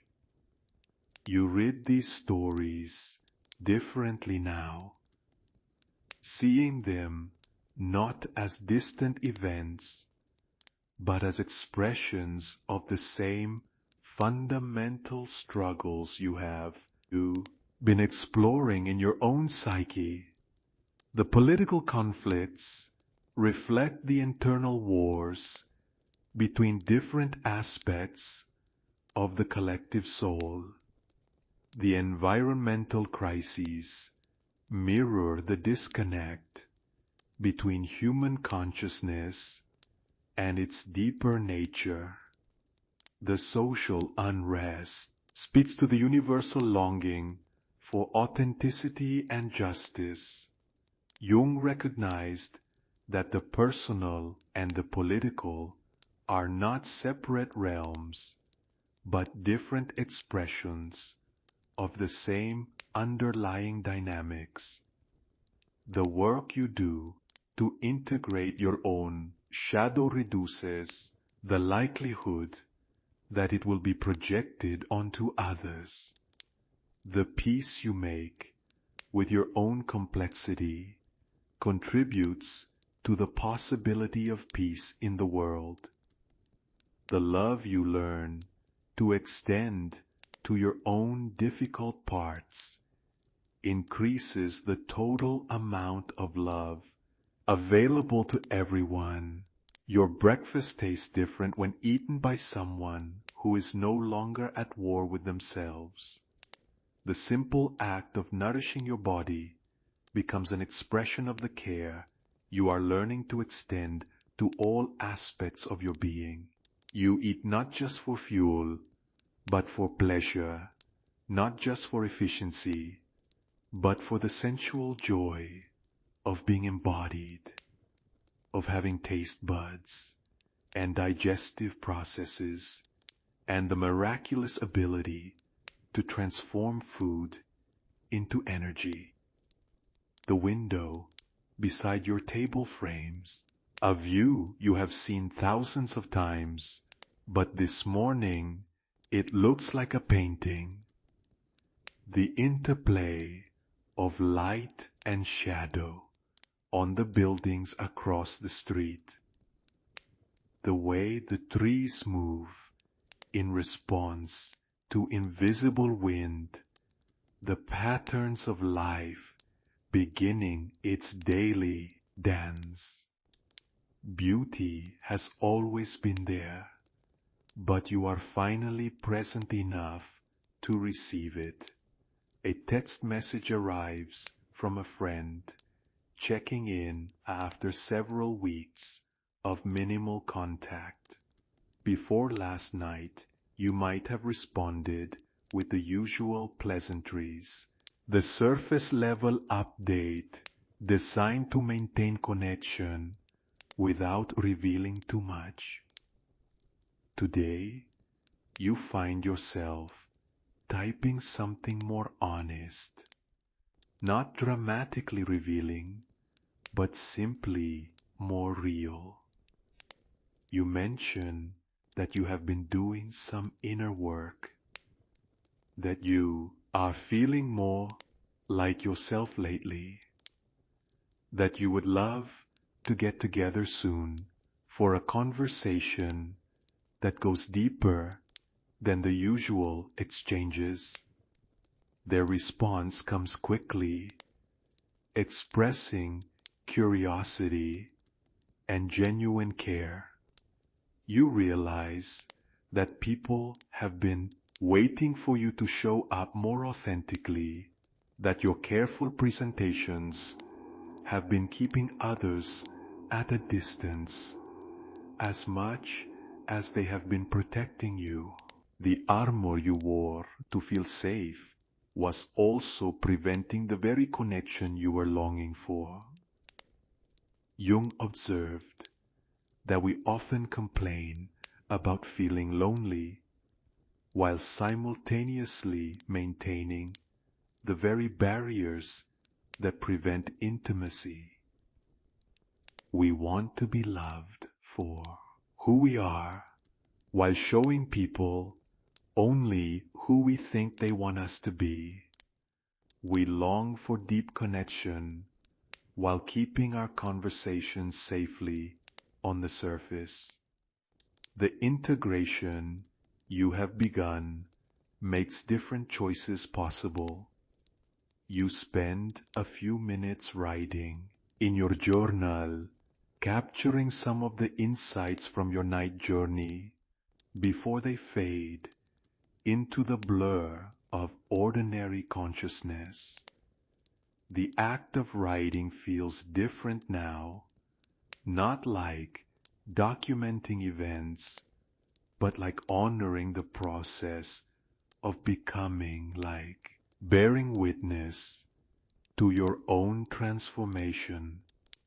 The words that flow onto the page carry the quality of someone who is no longer afraid of their own thoughts and feelings. The journal becomes a space for dialogue between your various internal voices, the wise adult and the playful child, the practical planner and the spontaneous dreamer, the careful protector and the adventurous risk-taker. Instead of these parts warring with each other for dominance, they begin to collaborate, each contributing their unique gifts to the project of living your life consciously. Outside your window, the city continues its ancient dance of millions of individual stories intersecting in countless ways. You feel yourself to be part of this larger organism, no longer isolated by your own defenses, but connected through your authenticity. Your integration is not just personal healing, but a small contribution to the healing of the world. The workday calls, but you approach it with a different quality of presence. The emails in your inbox represent not just tasks to be completed, but opportunities to practice showing up as your whole self in professional contexts. The meetings on your calendar become chances to contribute your authentic perspective rather than just saying what you think others want to hear. You realize that much of what you have called professionalism has actually been a sophisticated form of self-abandonment, hiding your creativity to appear serious, suppressing your intuition to seem rational, minimizing your emotional intelligence to fit into systems designed for partial people. The integration you have begun opens the possibility of bringing more of yourself to your work, of finding ways to serve that honor both your skills and your soul. This does not mean being inappropriately personal or ignoring professional boundaries. It means being genuine within those boundaries, contributing your actual thoughts rather than your calculated responses, bringing your full attention rather than just your compliance. It means working from your values rather than just your fears, creating from your vision rather than just meeting expectations. Jung understood that work, when approached consciously, can be a vehicle for individuation rather than an obstacle to it. The challenges you face in professional settings often mirror the internal challenges you face in your psychological development. The difficult colleague who triggers your defensive reactions is offering you information about your own unintegrated shadow. The creative project that excites you is calling forth aspects of yourself that long for expression. You gather your things for the day with a sense of anticipation rather than dread. Not because you expect everything to be easy, but because you are curious about how your integrated self will navigate the complexities of work and relationships and daily responsibilities. You are interested to discover what becomes possible when you stop managing your image and start managing your energy. When you stop performing your life and start living it. The mirror by your door reflects someone who is ready to meet the day as themselves rather than as who they think they should be. The person looking back at you carries both strength and vulnerability, confidence and humility, certainty and curiosity. This is what integration looks like. Not the elimination of contradictions, but the harmony of opposites. Not perfection, but completeness. The journey from your home to your workplace becomes a meditation on the difference between movement driven by anxiety and movement driven by purpose. You are going to the same places you went yesterday, but you're going as a different person. The integration you have claimed changes not just how you feel about yourself, but how you move through the world, how you occupy space, how you interact with the environment around you. The people you pass on the street are engaged in their own versions of the human journey, carrying their own integrated and unintegrated selves, wrestling with their own shadows, seeking their own forms of wholeness. You feel connected to this larger process, part of the collective human experiment in consciousness, consciousness becoming aware of itself through countless individual stories. The businessman rushing past you, checking his phone while walking, maybe running from the same kinds of internal conversations that you used to avoid. The woman sitting on the park bench, staring into the distance, may be having her own moment of reckoning with authenticity. The teenager with headphones, lost in music, may be seeking the same kind of integration you discovered in the darkness of last night. You realize that everyone is doing the best they can with the level of consciousness available to them. The behaviors that once irritated you, the unconscious patterns, the defensive reactions, the ways people hide from their own depths, now evoke compassion because you recognize them as strategies for surviving in a world that often feels threatening to authentic selfhood.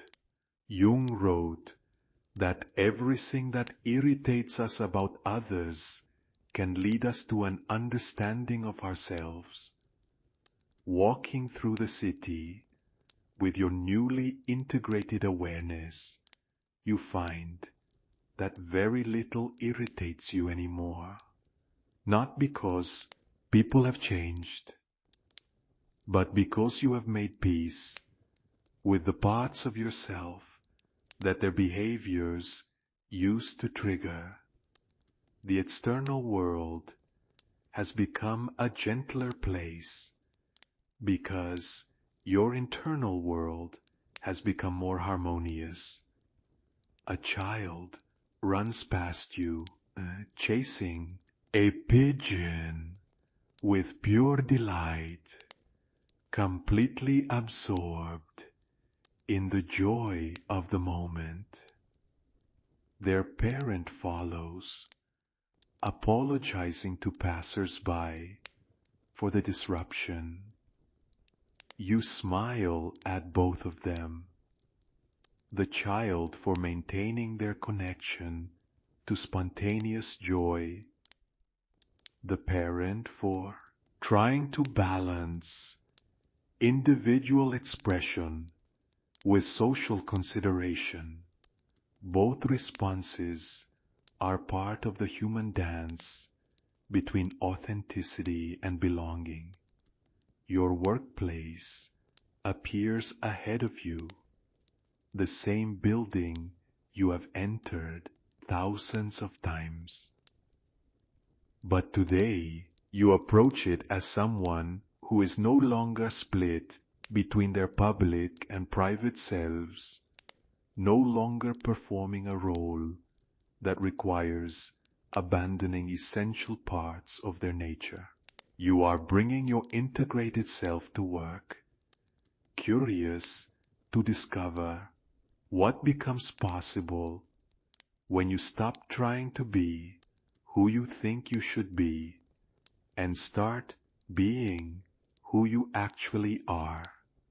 The lobby is filled with people beginning their workday, each carrying their own internal weather, their own struggles with authenticity, their own longing for meaningful contribution. You move among them not as a stranger wearing a professional mask, but as a human being who happens to work here, someone who is willing to bring their full presence to whatever the day requires. In the elevator, you make genuine eye contact with your fellow passengers, offering the kind of recognition that sees beyond roles and titles to the essential humanity beneath. Not everyone is ready for this level of authentic connection, and that is fine. You are not trying to force intimacy, but simply offering the possibility of real recognition to anyone who is open to receiving it. Your reflection in the elevator's mirrored walls shows someone who is comfortable in their own skin, who carries both competence and humanity, who is prepared to engage with the day's challenges from a place of wholeness rather than fragmentation. The person looking back at you is ready to work not just for a paycheck, but for the satisfaction of contributing their authentic gifts to projects that matter.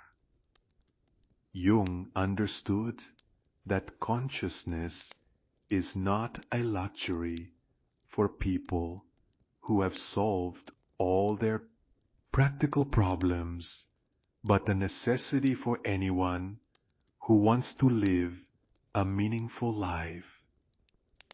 The integration you have claimed is not separate from your professional responsibilities, but infuses them with new purpose, new creativity, new possibilities for genuine contribution.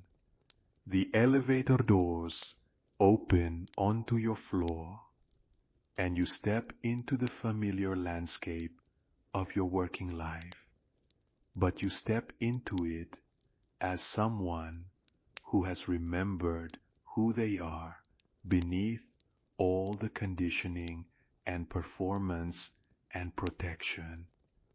Today, your work will be an expression of your integrated self rather than a refuge from your authentic nature. The day ahead is full of ordinary moments that will become opportunities to practice living from wholeness rather than woundedness, from truth rather than convenience, from love rather than fear. Each conversation will be a chance to show up as yourself. Each challenge will be an invitation to respond from your center rather than your defenses. Each success will be an expression of your authentic gifts rather than your ability to perform expected roles. As you settle into your workspace, you feel the profound shift that integration brings, not in your external circumstances, but in your relationship to those circumstances. The same challenges that once felt overwhelming now feel manageable because you are meeting them as a complete person rather than a collection of conflicting parts.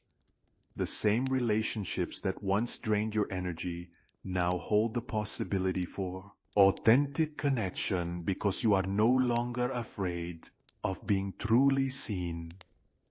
Jung discovered that the goal of human development is not to eliminate problems, but to develop the internal resources to meet life's inevitable challenges with wisdom, compassion, and strength. The integration you have begun provides these resources not by making you perfect, but by making you whole, not by eliminating your struggles, but by helping you struggle from a place of wholeness rather than fragmentation. Your computer screen glows to life, displaying the familiar landscape of emails and tasks and projects that make up your professional world. But you approach this landscape with new eyes, seeing opportunities for creativity where you once saw only obligations, possibilities for authentic contribution where you once saw only requirements to perform. The first email in your inbox is from a colleague asking for your input on a project. Before your night of integration, you might have crafted a response designed to make you look good, to position you favorably, to manage your professional image. Today, you find yourself writing from a different place, offering your genuine perspective, sharing your authentic insights, contributing your real wisdom rather than your calculated opinions. The difference is subtle but profound. You are no longer working to maintain a professional persona, but allowing your professional relationships to be expressions of your integrated self. You are bringing not just your skills, but your soul to your work, not just your competence, but your creativity, not just your compliance, but your authentic voice.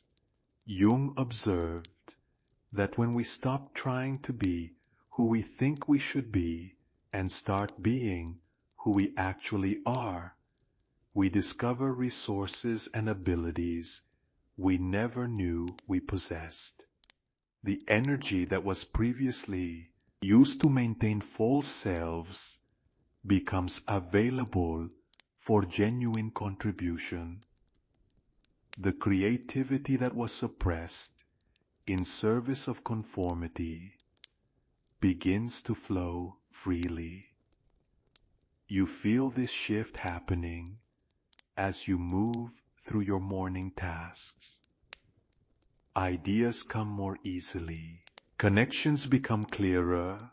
Solutions emerge from a place of intuitive knowing rather than effortful thinking.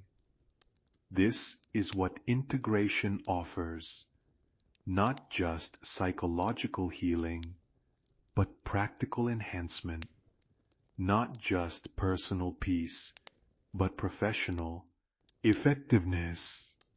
A colleague stops by your desk to discuss a challenging situation, and you find yourself listening with a quality of attention that surprises both of you. Instead of immediately offering advice or solutions, you create space for them to fully express their concerns.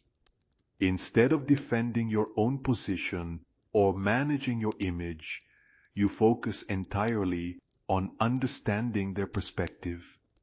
This kind of presence is only possible when you are no longer at war with yourself, when your attention is not divided between managing your internal conflicts and engaging with external situations. The integration you have claimed frees up enormous amounts of mental and emotional energy that can now be directed toward genuine service, authentic contribution, meaningful connection.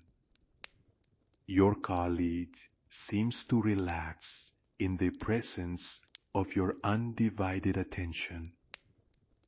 They share not just the surface details of the situation, but their underlying concerns, their fears about making the wrong decision, their struggle to balance competing priorities. This is the kind of conversation that becomes possible when people feel safe to be real rather than performative. You respond not with premature solutions, but with genuine understanding, reflecting back what you have heard, asking questions that help them clarify their own thinking, offering perspectives that honor their intelligence while adding new dimensions to consider. This is what it looks like to serve from wholeness rather than ego, to contribute from integration rather than fragmentation. Jung recognized that the most healing thing one person can offer another is the quality of presence that comes from being comfortable with their own complexity. When you are no longer afraid of your own depths, you can hold space for others to explore their depths. When you have made peace with your own shadow, you can listen to others' struggles Without needing to fix or judge or protect yourself from their pain, the conversation concludes with your colleague expressing gratitude not just for your practical input, but for the quality of attention you brought to their concerns. They leave feeling heard, understood, less alone with their challenges. This is the ripple effect of integration. Your inner work becomes outer service. Your personal healing becomes collective healing. Lunchtime arrives, and instead of eating at your desk while scrolling through your phone, you decide to take a proper break. You walk to a nearby park, carrying a simple meal, seeking the kind of pause that allows for genuine nourishment rather than just refueling. The same sun that witnessed your night journey now illuminates your midday rest. You find a bench under a tree, not the oak from your transformative night, but a maple whose leaves are just beginning to turn with the seasons change. Sitting here, eating mindfully, you reflect on the morning's interactions and how different they felt when approached from your integrated self rather than your fragmented performance. The conversations were more satisfying because they were more real. The work felt more meaningful because it was more aligned with your authentic values. The challenges seemed more manageable because you met them as a whole person rather than a collection of conflicting parts. This is what integration offers, not the elimination of difficulty, but the internal resources to meet difficulty with grace. A squirrel approaches cautiously, hoping for crumbs from your meal. You break off a small piece of bread and place it on the ground between you.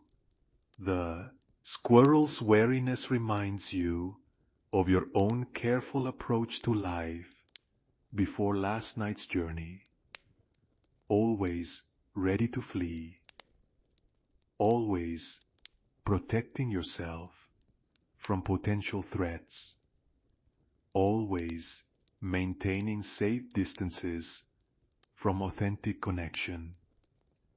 But integration has taught you that the very vulnerability you feared would destroy you is actually what makes genuine connection possible. The parts of yourself you thought were too much or too little, too weird or too ordinary, too intense or too mild, these are not flaws to be hidden, but gifts to be shared with those who are ready to receive them.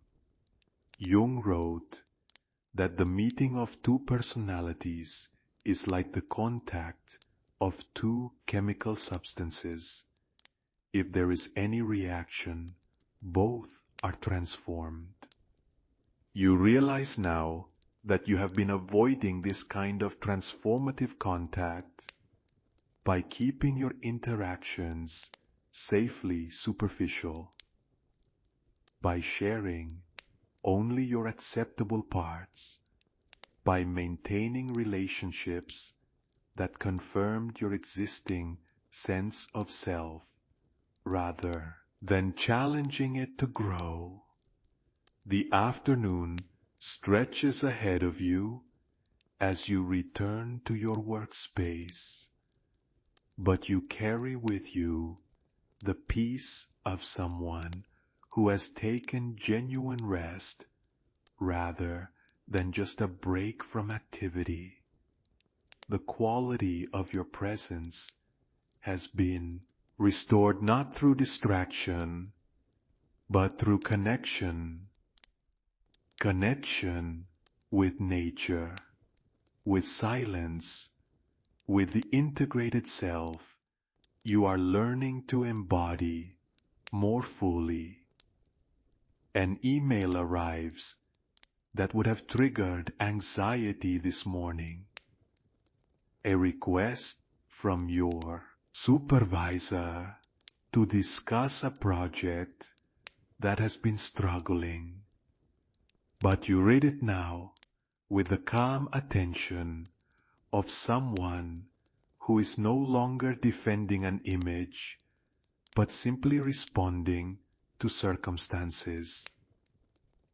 You schedule the meeting and spend a few minutes preparing not your excuses, but your authentic assessment of the situation. The conversation, when it happens, unfolds differently than similar discussions in the past. Instead of managing your supervisor's reactions, you focus on sharing accurate information. Instead of protecting yourself from blame, you take responsibility for your actual contributions to both the problems and the potential solutions. Instead of performing competence, you demonstrate it through honest engagement with the challenges at hand. Your supervisor responds to this authenticity with a level of trust and respect that surprises you both. When people feel that you are being real with them, they are more likely to be real with you. When you stop managing your image, others can stop managing their reactions to your image.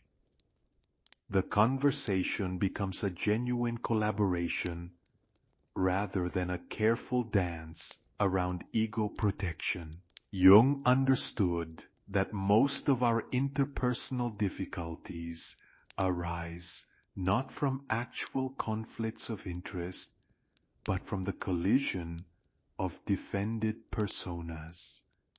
When people feel safe to be authentic, most conflicts resolve themselves naturally.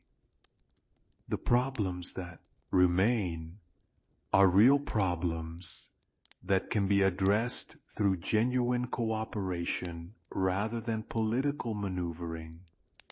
You leave the meeting feeling energized rather than drained, clear about the next steps rather than confused about hidden agendas.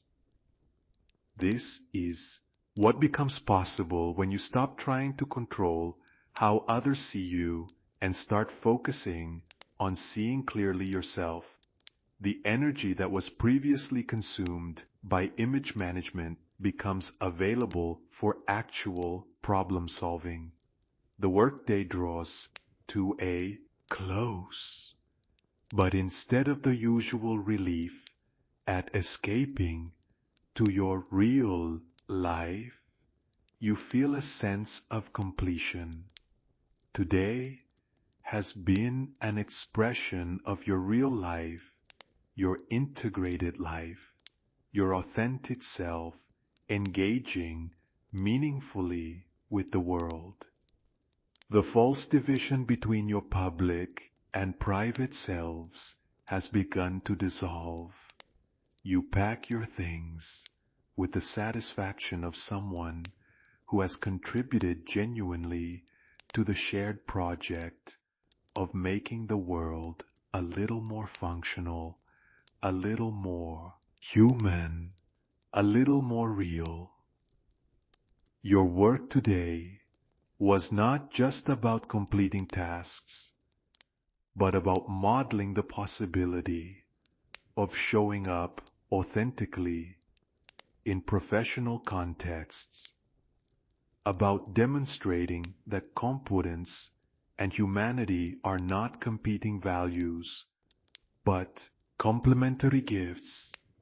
The elevator ride down feels like a gentle transition rather than an escape. You are not leaving yourself behind at the office to go retrieve your real self at home. You are simply moving from one context to another, carrying your integration with you, curious about how your wholeness will express itself in the evening hours ahead. The lobby is filled with people ending their workday, and you move among them with the recognition that everyone is carrying their own relationship to authenticity, their own struggle with integration, their own longing to be real in a world that often rewards performance. Some faces show the exhaustion of maintaining personas that don't fit. Others radiate the quiet satisfaction of having spent the day aligned with their values. Outside, the city prepares for evening with its familiar rhythm of lights beginning to glow. People transitioning from work mode to personal mode. The urban landscape shifting from daylight functionality to nighttime beauty. You walk through it all with the calm presence of someone who no longer needs to shift modes because they have learned to be themselves in all contexts. The streets carry the memory of your morning journey when you approached your workplace as someone newly integrated, curious about how authenticity would express itself in professional settings. Now you carry the satisfaction of having discovered that integration is not just a private achievement but a practical gift. Your wholeness served not only your own well-being, but the quality of every interaction, every project, every moment of connection throughout the day. A text message arrives from the friend who reached out this morning, suggesting dinner plans for the weekend. Their message carries an undertone of excitement, as if they sense that something has shifted in your availability for genuine connection. You respond with enthusiasm, looking forward to the kind of conversation that becomes possible when at least one person is willing to show up authentically. This is how integration ripples outward. Your willingness to be real gives others permission to be real. Your comfort with complexity makes space for others to reveal their own contradictions. Your peace with your shadow allows others to acknowledge their own darkness without shame. The personal work you have done becomes a gift to everyone whose life touches yours. The evening air carries the promise of autumn, that season of transformation when nature demonstrates the beauty of letting go, of allowing what no longer serves to fall away so that new growth becomes possible. You breathe deeply, feeling your own internal seasons shifting, the old patterns of fragmentation composting into soil for new patterns of wholeness. You pass a cafe where people sit in warm pools of light, sharing meals and conversations, laptops open to projects that matter to them, books spread across tables like maps to undiscovered territories of knowledge and imagination. Through the windows, you glimpse moments of genuine human connection, the kind that becomes possible when people risk being seen, when they move beyond small talk into the more interesting territory of actual thought and feeling. A couple at a corner. Table leans toward each other in animated discussion, their faces bright with the energy of ideas being shared and built upon. An older man reads alone, but with obvious pleasure, occasionally chuckling at something on the page. A group of friends celebrates something, a birthday perhaps, or a professional achievement, with the kind of joy that spills over onto strangers. These scenes of ordinary human flourishing remind you that happiness is not a rare commodity, available only to the especially fortunate, but a natural byproduct of authenticity, of people finding ways to express their true nature in connection with others. The integration you have claimed is not just personal healing, but an opening to this kind of spontaneous joy, this willingness to be delighted by existence itself. Jung observed that happiness cannot be pursued directly, but emerges naturally when we stop working against our own nature and start working with it. The evening light illuminating the cafe windows seems to confirm this wisdom. When people are genuinely themselves, they glow with a kind of inner radiance that transforms even ordinary moments into celebrations.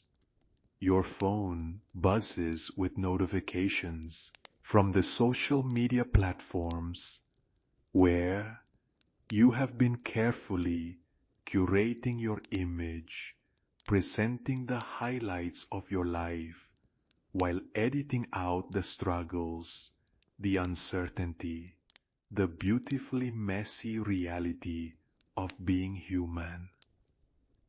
Tonight, these platforms feel less compelling. The person you are becoming is more interesting than any persona you could construct, more complex than any image you could manage. You realize that much of what passes for connection in digital spaces is actually a sophisticated form of mutual performance. People presenting their best angles to each other's best angles, while their actual selves remain lonely for recognition. The integration you have begun makes this kind of substitute intimacy less satisfying, because you now know what it feels like to be authentically seen and accepted. This does not mean rejecting technology or retreating from digital connection, but using these tools more consciously, more selectively, more aligned with your values rather than your insecurities. Perhaps you will share more honestly about your struggles as well as your successes. Perhaps you will comment more genuinely on others' posts, responding to their humanity rather than their highlight reels. The city around you pulses with millions of individual stories, most of them hidden behind carefully constructed facades. Everyone walking these streets is carrying some version of the same longing you discovered last night, the desire to be known and loved for who they actually are, rather than who they pretend to be. Your integration is a small contribution to healing this collective wound of disconnection. A street musician plays guitar on a corner, their case open for donations, their music adding beauty to the urban evening. They have chosen to share their gift openly, vulnerably, authentically, risking rejection, but offering something real. Their willingness to be seen in their art gives everyone who passes a moment of genuine beauty a reminder that creativity and courage can transform even concrete and steel into something approaching the sacred. You drop a few dollars into their case, not from obligation but from recognition. Artist to artist, authentic soul to authentic soul. One person acknowledging another's willingness to risk being real in public. The brief eye contact and not you exchange carries more genuine connection than many conversations that last for hours, but never venture beneath the surface. Home calls to you with a different quality than usual, no longer a refuge from the performance of daily life. It has become a sanctuary for your authenticity, a space where your integration can deepen and flourish. The key turns in your lock with the satisfaction of someone who is no longer divided between their public and private selves, who carries their wholeness wherever they go. Your apartment welcomes you back as a space transformed not by any physical changes, but by the consciousness you bring to it. The books on your shelves now represent different aspects of your soul seeking expression and understanding. The artwork on your walls reflects the beauty your integrated self recognizes and requires. The comfortable disorder speaks to a life being actively lived rather than carefully managed. You prepare a simple dinner, but the act of nourishing yourself carries new meaning. This is not just refueling for tomorrow's performance, but caring for the integrated being you are becoming. You choose foods that satisfy not just your hunger, but your need for pleasure, for color, for the sensual joy of being embodied in a world full of flavors and textures and aromas. The evening news plays in the background its familiar litany of conflicts and crises, achievements and failures. The eternal human drama played out on scales, both personal and global.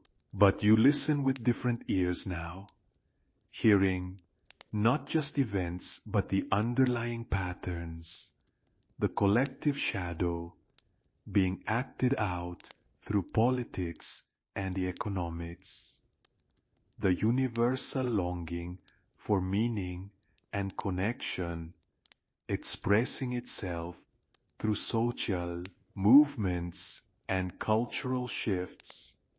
Jung understood that the personal and the political are not separate realms, but different expressions of the same psychological dynamics.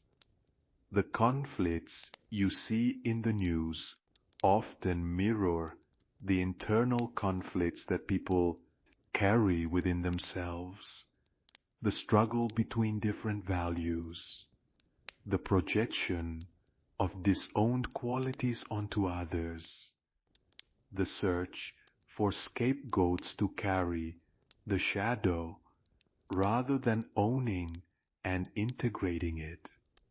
Your own integration reduces your contribution to these collective patterns of projection and reactivity. Every person who learns to hold their own contradictions with compassion becomes less likely to demonize others for embodying the very qualities they refuse to acknowledge in themselves. Your personal healing ripples outward as collective healing. After dinner, you find yourself drawn to your journal again, wanting to capture more reflections from this day of living as your integrated self.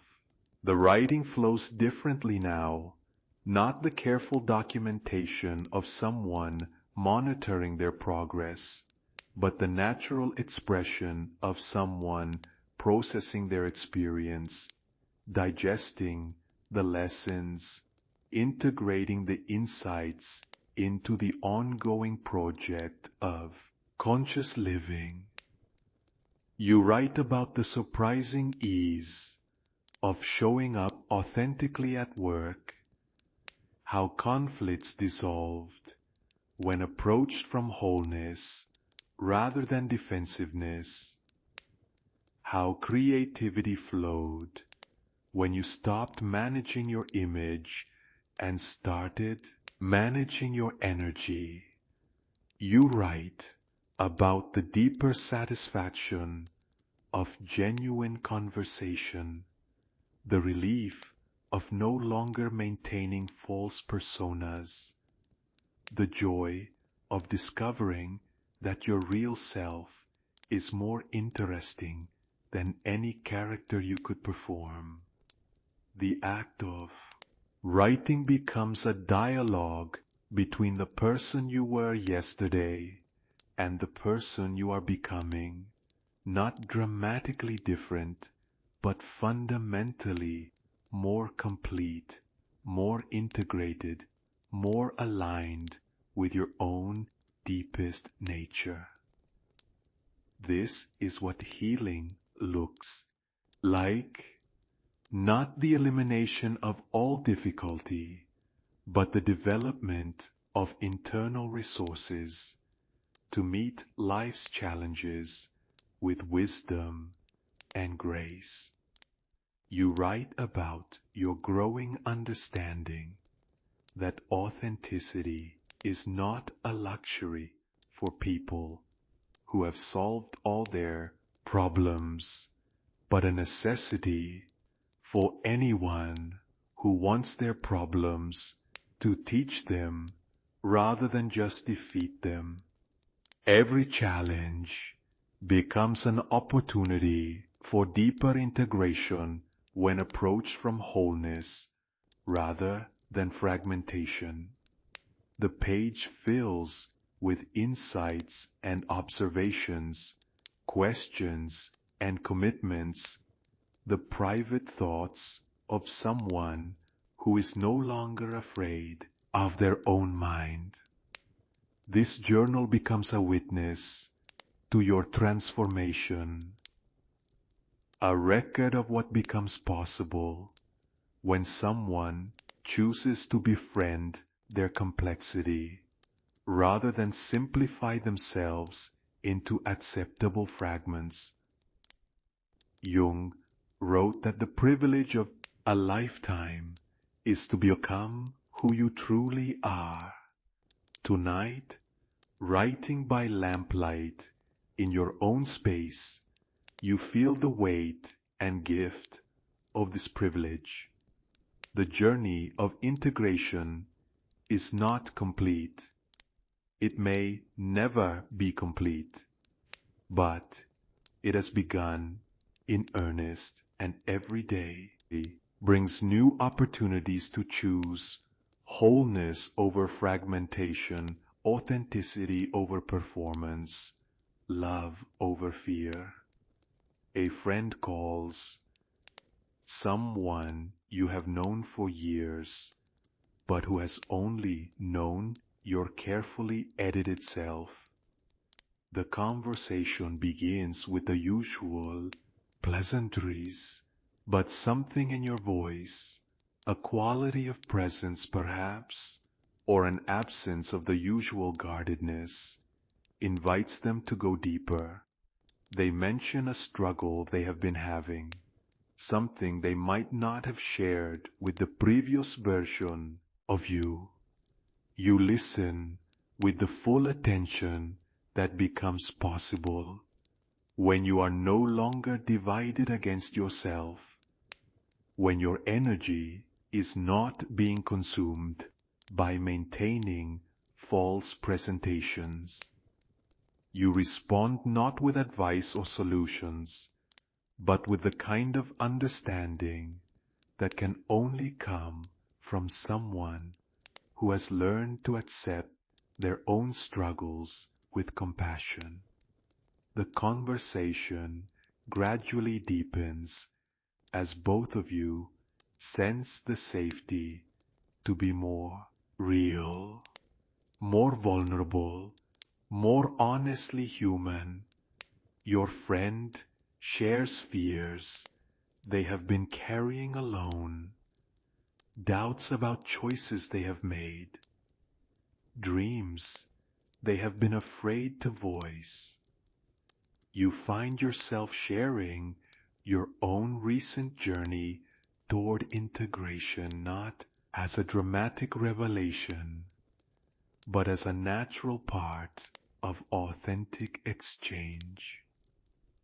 By the end of the call, both of you have been changed by the contact.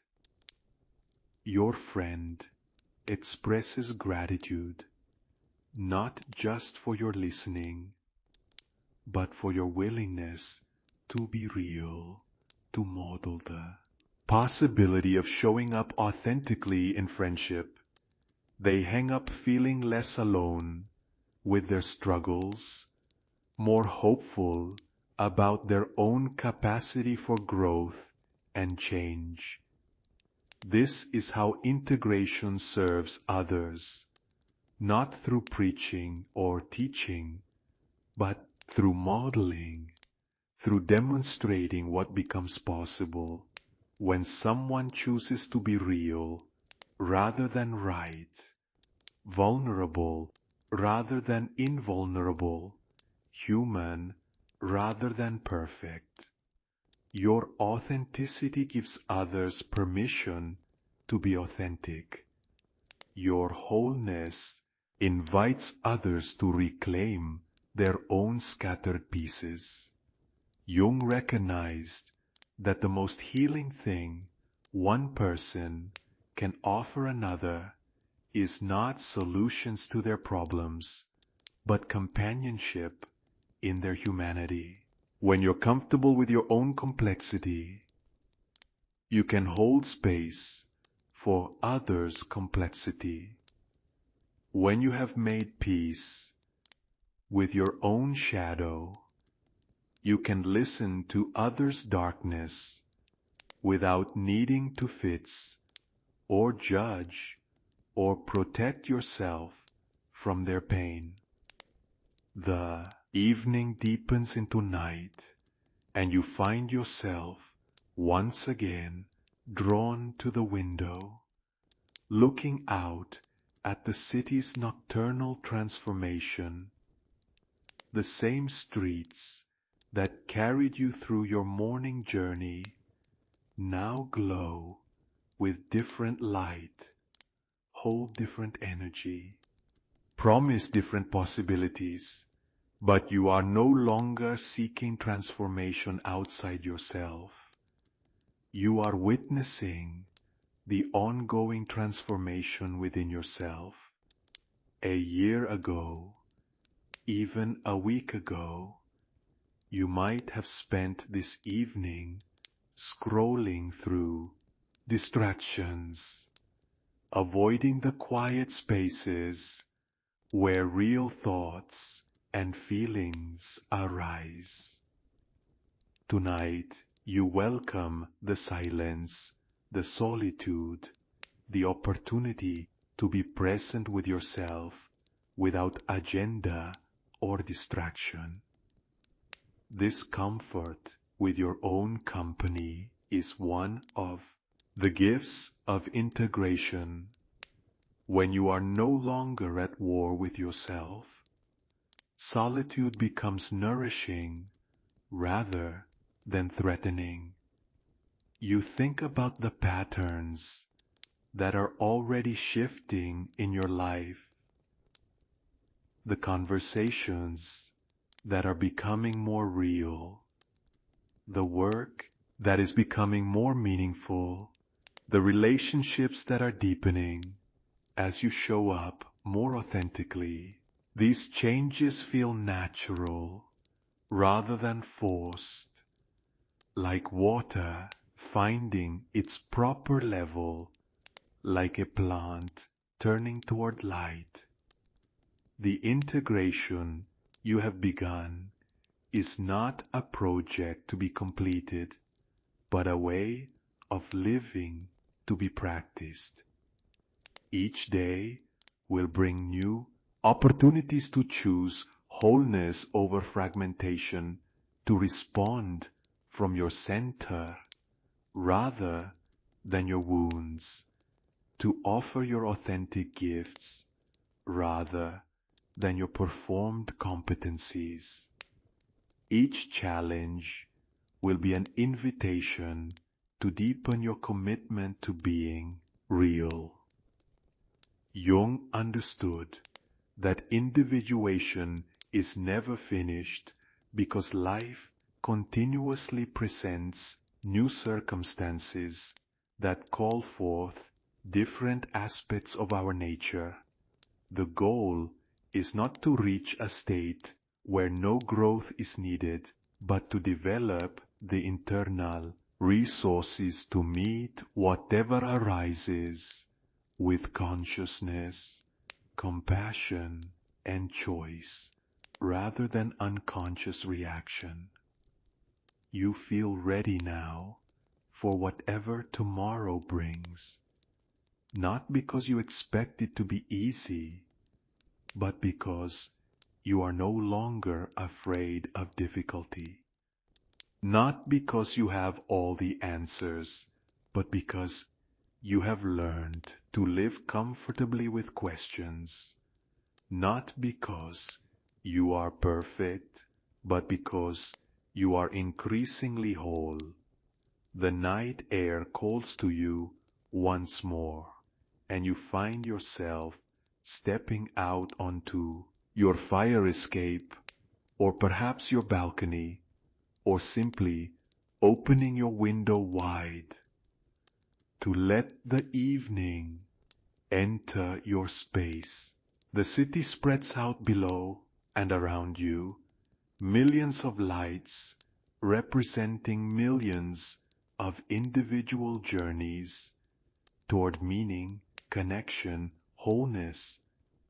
You breathe deeply, feeling your place in this vast human experiment, this collective search for ways to live that honor both individual authenticity and communal responsibility.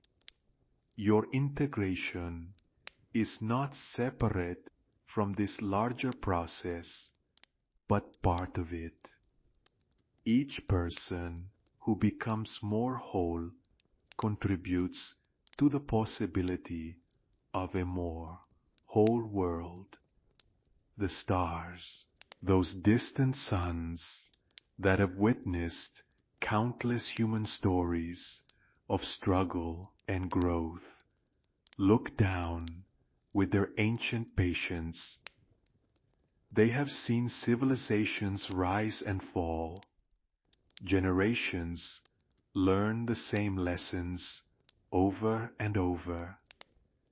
Individuals discover again and again the eternal truths about love and meaning and the courage required to be real in a world that often rewards performance. You think about the wise man whose insights have guided your journey tonight, Carl Jung, who spent his life mapping the territories of the human soul.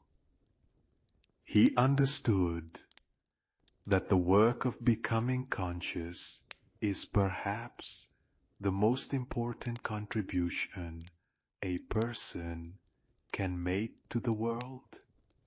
Every individual who chooses integration over fragmentation reduces the amount of unconscious acting out in the collective. He saw that the personal and the political are not separate realms, but different expressions of the same underlying dynamics. The peace you make with your own contradictions contributes to the possibility of peace in the world. The love you learn to extend to your own difficult parts increases the total amount of love available to everyone. Standing in the night air, feeling your connection to the vast web of existence, you understand that your journey toward wholeness is not a selfish pursuit, but a generous one. The world needs people who are willing to be real, to show up as their authentic selves, to model the possibility of living from integration rather than fragmentation. The night grows deeper, but you are no longer afraid of the dark. Either the literal darkness around you or the metaphorical darkness within you. You have learned that shadow and light are dance partners rather than enemies, that wholeness comes not from eliminating what feels unacceptable, but from learning to work with all aspects of your nature consciously, rather than being driven by them unconsciously. You think about the people in your life who might be ready to meet this more integrated version of yourself, the friends who have been waiting patiently for you to trust them with your struggles as well as your successes, the family members who love you but have only been allowed to love your acceptable parts, the colleagues who see your competence but not your creativity, your reliability but not your rebellious spirit. Some of these relationships will deepen as you begin showing up more authentically. Others may not survive the transition, and this too is part of the process. The connections that can only exist when you are partially present are not the connections that will sustain you through the deeper journeys of life. Integration naturally sorts relationships, deepening those that can hold more reality while allowing those that require performance to gracefully fade. You realize that you have been afraid of this sorting, afraid that if people saw you completely, they would find you lacking. But tonight you understand that the opposite is true. When you show up completely, you attract people who can appreciate completeness, who are doing their own work of integration, who understand that love is not about finding someone with no problems, but about finding someone whose problems are compatible with your own growth. Jung observed that we cannot change others, but we can change ourselves. And when we change ourselves, we change the entire dynamic of our relationships. The integration you have begun will naturally attract people who can appreciate authenticity while allowing relationships that require performance to transform or fade. The city below continues its ancient dance of human connection and separation, each lighted window representing someone's private struggle with meaning, love, purpose, the eternal questions that have driven human consciousness since the beginning.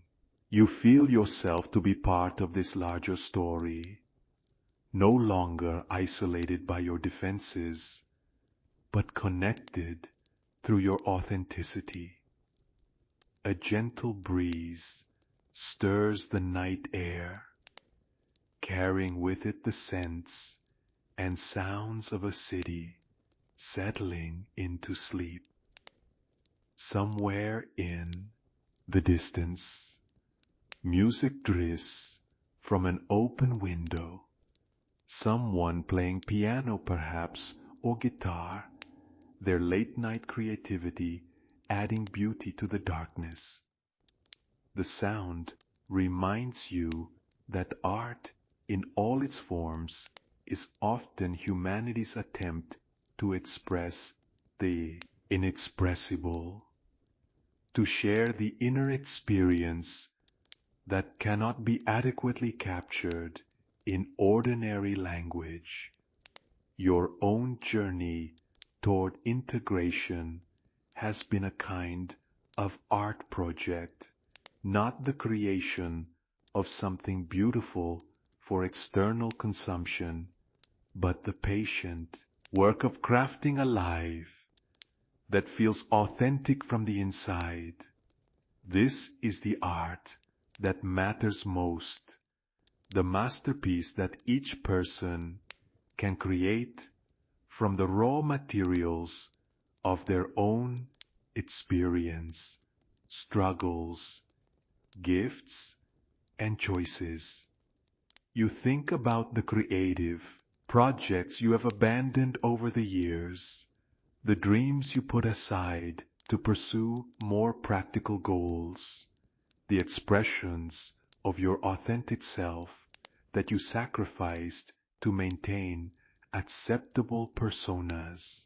Integration opens the possibility of reclaiming these aspects of yourself, not necessarily as career changes, but as ways of honoring the fullness of your nature, the child within you who loved to draw, the teenager who wrote poetry, the young adult who dreamed of travel or music or social change. These are not embarrassing phases to be left behind, but aspects of your authentic self that were simply waiting for a time when you would be brave enough to reclaim them. Integration is about collecting these scattered pieces and weaving them into a life that has room for the full spectrum of who you are. Jung understood that creativity is not just about making art, but about making your life into a work of art, not through performance or perfection, but through authenticity, through the willingness to express your unique perspective, to contribute your particular gifts, to live in a way that honors both your individual nature and your connection to the larger human story.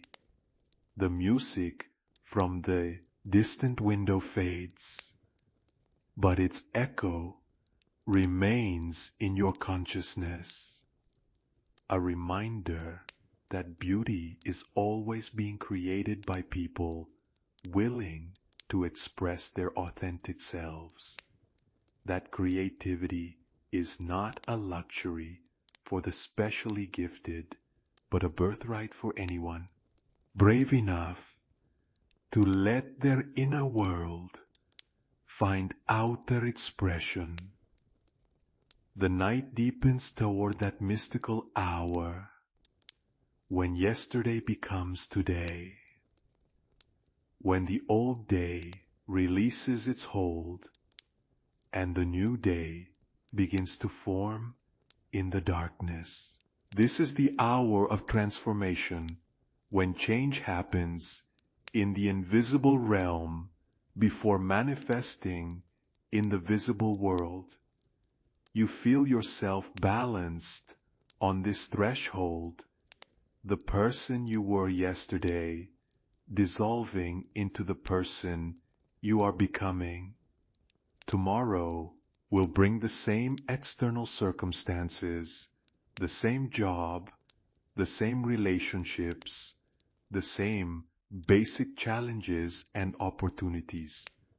But you will meet them as a different person, not dramatically changed, but fundamentally more integrated, more aligned with your own deepest nature, more available for authentic connection and meaningful contribution. The work clothes hanging in your closet are the same clothes you wore yesterday, but tomorrow they will be worn by someone who understands that authenticity and professionalism are not competing values, but complementary expressions of wholeness. The projects waiting on your desk are the same projects, but they will be approached by someone who brings their full creativity rather than just their compliance. The people in your life are the same people, but they will encounter someone who is more available for genuine relationship, more comfortable with complexity, more capable of love, because they have learned to love their own contradictions. This is how integration ripples outward. Your inner work becomes outer service. Your personal healing becomes collective healing. Jung wrote that the meeting of two personalities is like the contact of two chemical substances. If there is any reaction, both are transformed. Tomorrow, every interaction will be an opportunity for this kind of transformative contact. Every conversation, a chance to offer the gift of authentic presence. Every relationship, an invitation to practice loving without condition. You feel ready for these encounters, not because you expect them to be easy, but because you are no longer afraid of difficulty, not because you have eliminated your capacity for mistakes, but because you have learned to make mistakes consciously, as learning opportunities rather than as evidence of fundamental inadequacy. A clock chimes somewhere in the distance, marking the passage of time, the steady rhythm that carries all human stories forward through their cycles of struggle and growth, loss and discovery, separation and return.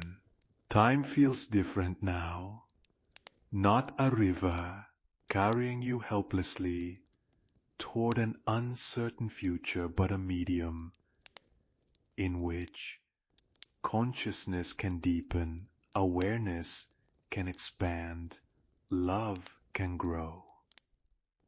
You think about the wise man whose insights have illuminated your journey, Carl Jung, who understood that the goal of human development is not to become perfect, but to become complete, not to eliminate the shadow, but to integrate it, not to transcend the human condition, but to embrace it fully. His word continues to guide to people like you who are ready to undertake the hero's journey of becoming who they truly are. Jung saw that this journey of individuation is not a luxury for people who have solved all their practical problems, but a necessity for anyone who wants their life to have meaning beyond mere survival. He understood that consciousness is not a private possession, but a gift that belongs to the world, that every person who becomes more aware contributes to the collective evolution of human understanding. Standing in the deep night, feeling your connection to this lineage of seekers and healers, teachers and students, you understand that your journey toward wholeness is part of a much larger story. Humanity itself is engaged in a process of integration, learning slowly to hold its contradictions with wisdom rather than wisdom, to embrace its complexity rather than simplifying itself into warring factions. Your personal work of shadow integration reduces the amount of projection and scapegoating in the world. Your commitment to authenticity models the possibility of being real in a culture that often rewards performance. Your willingness to love your own difficult parts increases the total amount of love available to everyone whose life touches yours. The night sky above holds countless stars, each one a sun supporting its own solar system, its own possibilities for life and consciousness and love. The vastness reminds you that your individual journey, while deeply personal and uniquely important, is also part of something immeasurably larger, the universe becoming conscious of itself through countless individual awakenings.